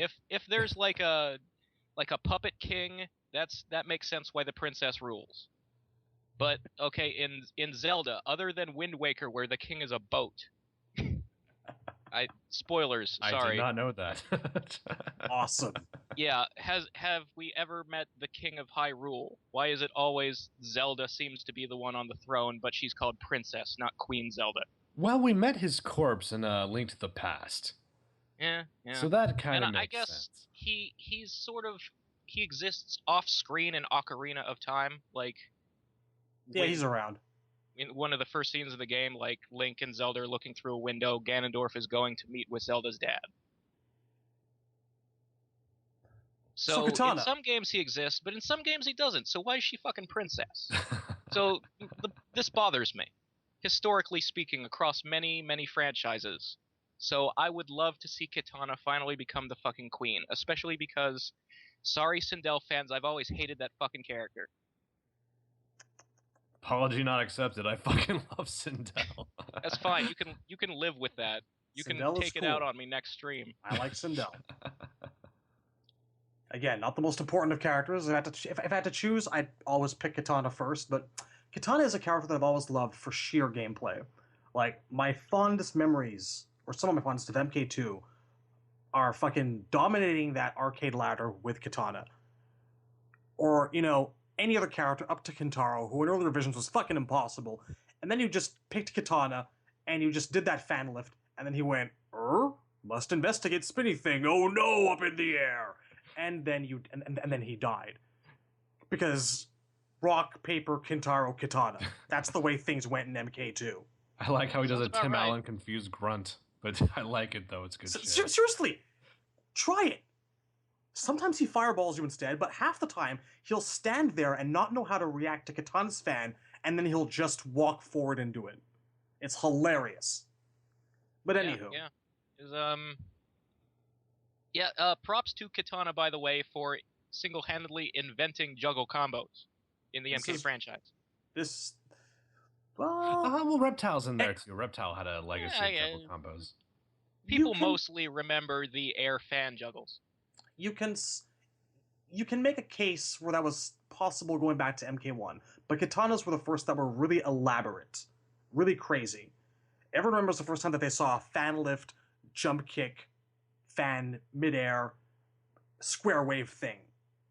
Ass bump, whatever we're calling it these days. Seems I like that it's an ass bump now because there's flavor to it that makes sense for the character. Like she's opening her fans and shooting a gust of wind to propel herself across the screen. That's fair. It's not just fan servicey, so it gets points for that.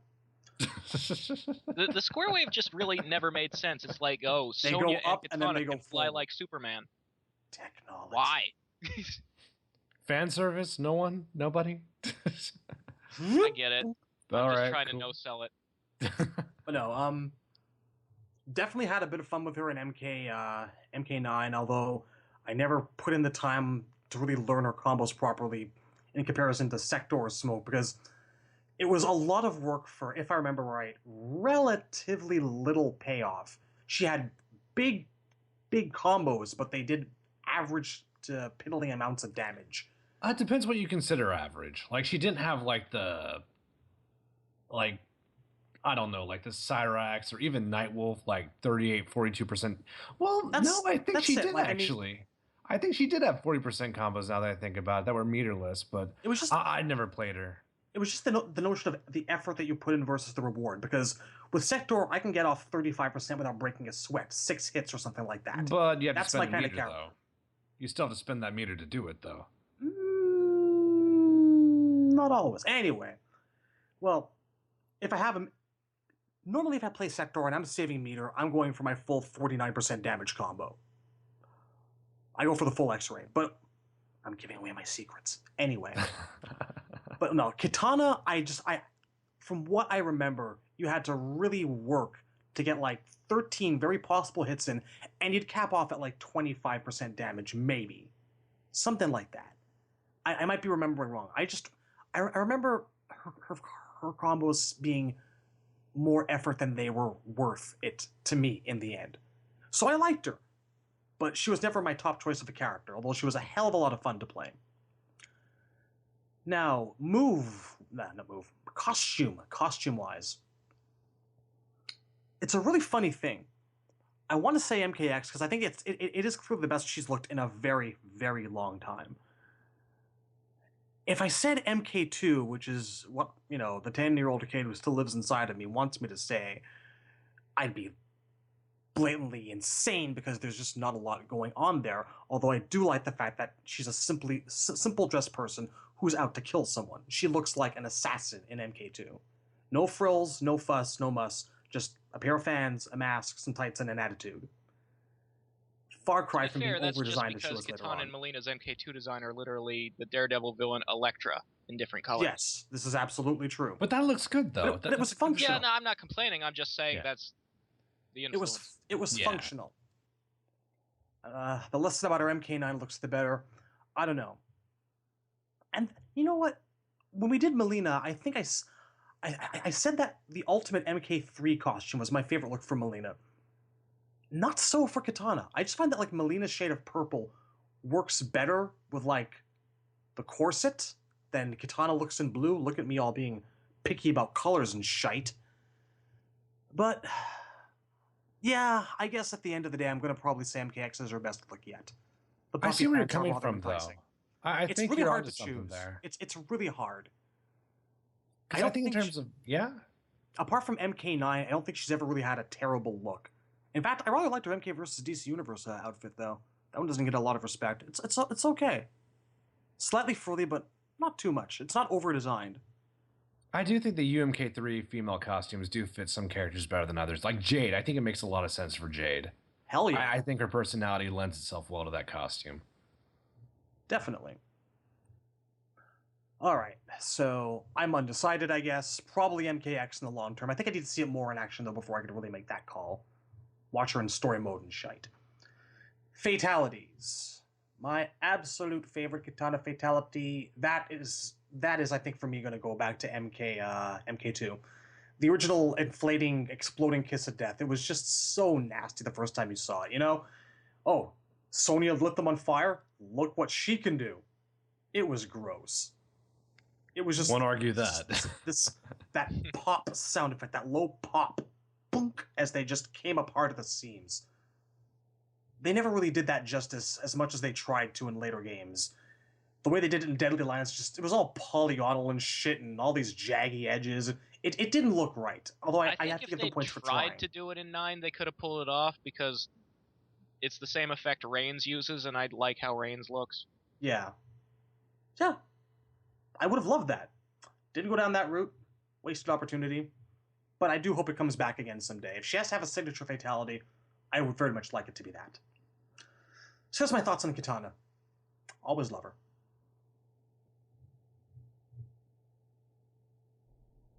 MKX Cyborg fellas. Oh. and MKX. That's it. He lives. Damn, did you give your 2 cents in? I did for the costumes. I did for the fatality. I will say Kitana is one of my favorite characters. She's like, I would say like number 9 on my list of favorite characters. I like her quite a bit.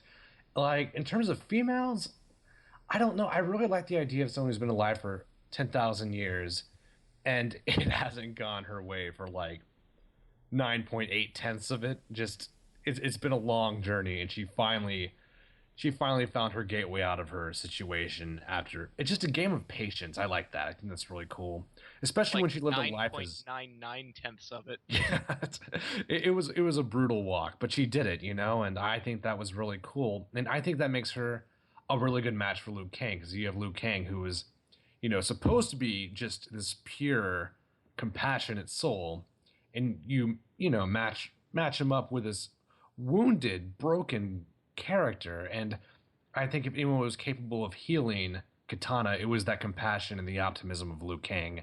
So I feel as a exactly love the interest. same way about them as a couple. Like, that's why I think they work so well.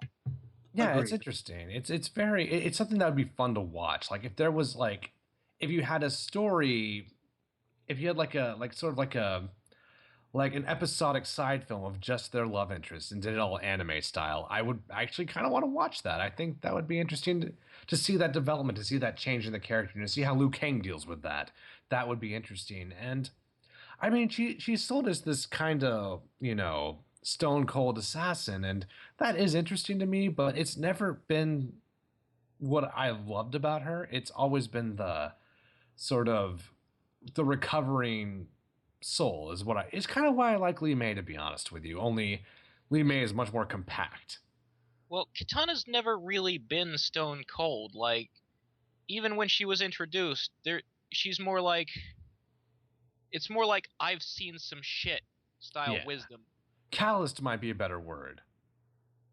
She seems sort of like a female Raiden almost in terms of her personality. And when I say Raiden, I don't mean shitty MK9 Raiden. I mean the one where I was worried for a second there. Yeah. Like a wise mentor type. She has something to teach Liu Kang. Yeah, sort of like a Deckard Cain in a hot body, you know? That's Okay, sorry, no. Now, because Temp has mentioned, like, the notion of, like, an animated love scene between the two of them, and Razor mentioning she has something to teach Liu Kang, I'm, like, picturing them, like, slowly walking through cherry blossoms until suddenly, whoosh, show me what you can do. You will learn respect! And then they fucked. And she showed him. If that's the image you prefer in your head, I don't want to ruin that for you. Cyborg, what do you got? I think he just said MKX for costume and fatality. Cyborg is done for the night. All right, well, thanks for listening, guys. It's been a lot of fun. Well, I haven't done costume and finish yet. Oh, that's go. true. Your turn, sir. I think in the previous episode I said that her unmasked Deadly Alliance outfit, the sort of purplish one with all the fishnets, thoughts was my favorite. That's not entirely true. I do really like that one, but I think my favorite is actually her Shaolin Monk's outfit. Because it sort of combines what I like with her about her Deadly Alliance outfit with her Ultimate MK3 outfit. And unlike you guys, I do actually like that for her more than I like it for Mileena or Jade. Because I think, like, the thing about her MKX outfit is I don't think it's bad at all. It's just, it's very regal. So for a Kitana who's in, like, a very princess or queenish stage in her life, I think it fits great. But I sort of, looks-wise, prefer a more assassin-esque Kitana. So, like, what I see in my head when I think of a Kitana costume is, you know, that one-piece bathing suit, dark blue with some fancy black shapes on it, you know, thigh-high boots, long gloves, maybe her hair in a bun, but with, like, the hair looked kind of dumb and frumpy in UMK3. In Shaolin Monks, she has, like, a bit of hair in front of her face that makes it look more attractive, I guess.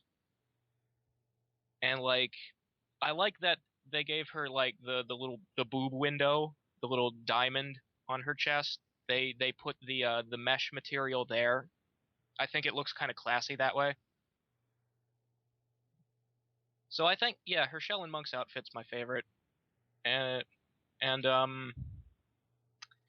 favorite fatality, I've got to go with the original Kiss of Death. Word. I tend to think her cut people up with fans finishers look a little boring. They need to find ways to, like, really make the most of the fact that she can extend those fans while they're inside the body. I feel like if she used gusts of wind, maybe, and I don't want to necessarily step on Fujin's toes or anything like that, but I just feel like, you know, cut someone with a weapon. Scorpion does that with his swords. Anybody can do that.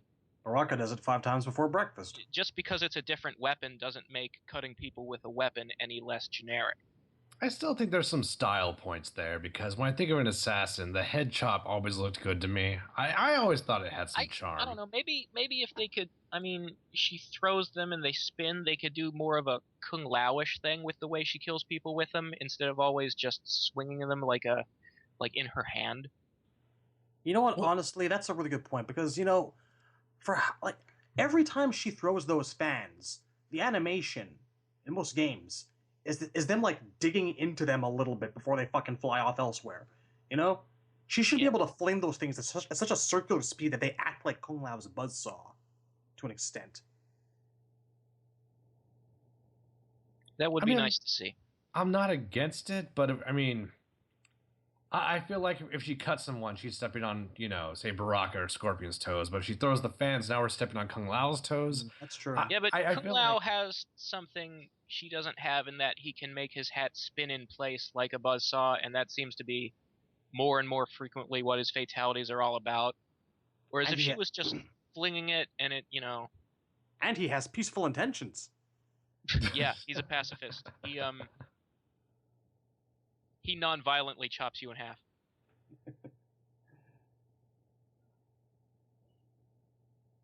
Well, I guess that covers everything.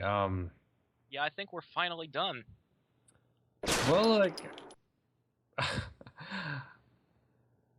yeah, anything else? Cyborg, you have anything to add? No. No? Well, you're the host. You want to wrap us up? Let's do it. You want me to tuck you in? Would you like your blankie in a bottle? Yeah.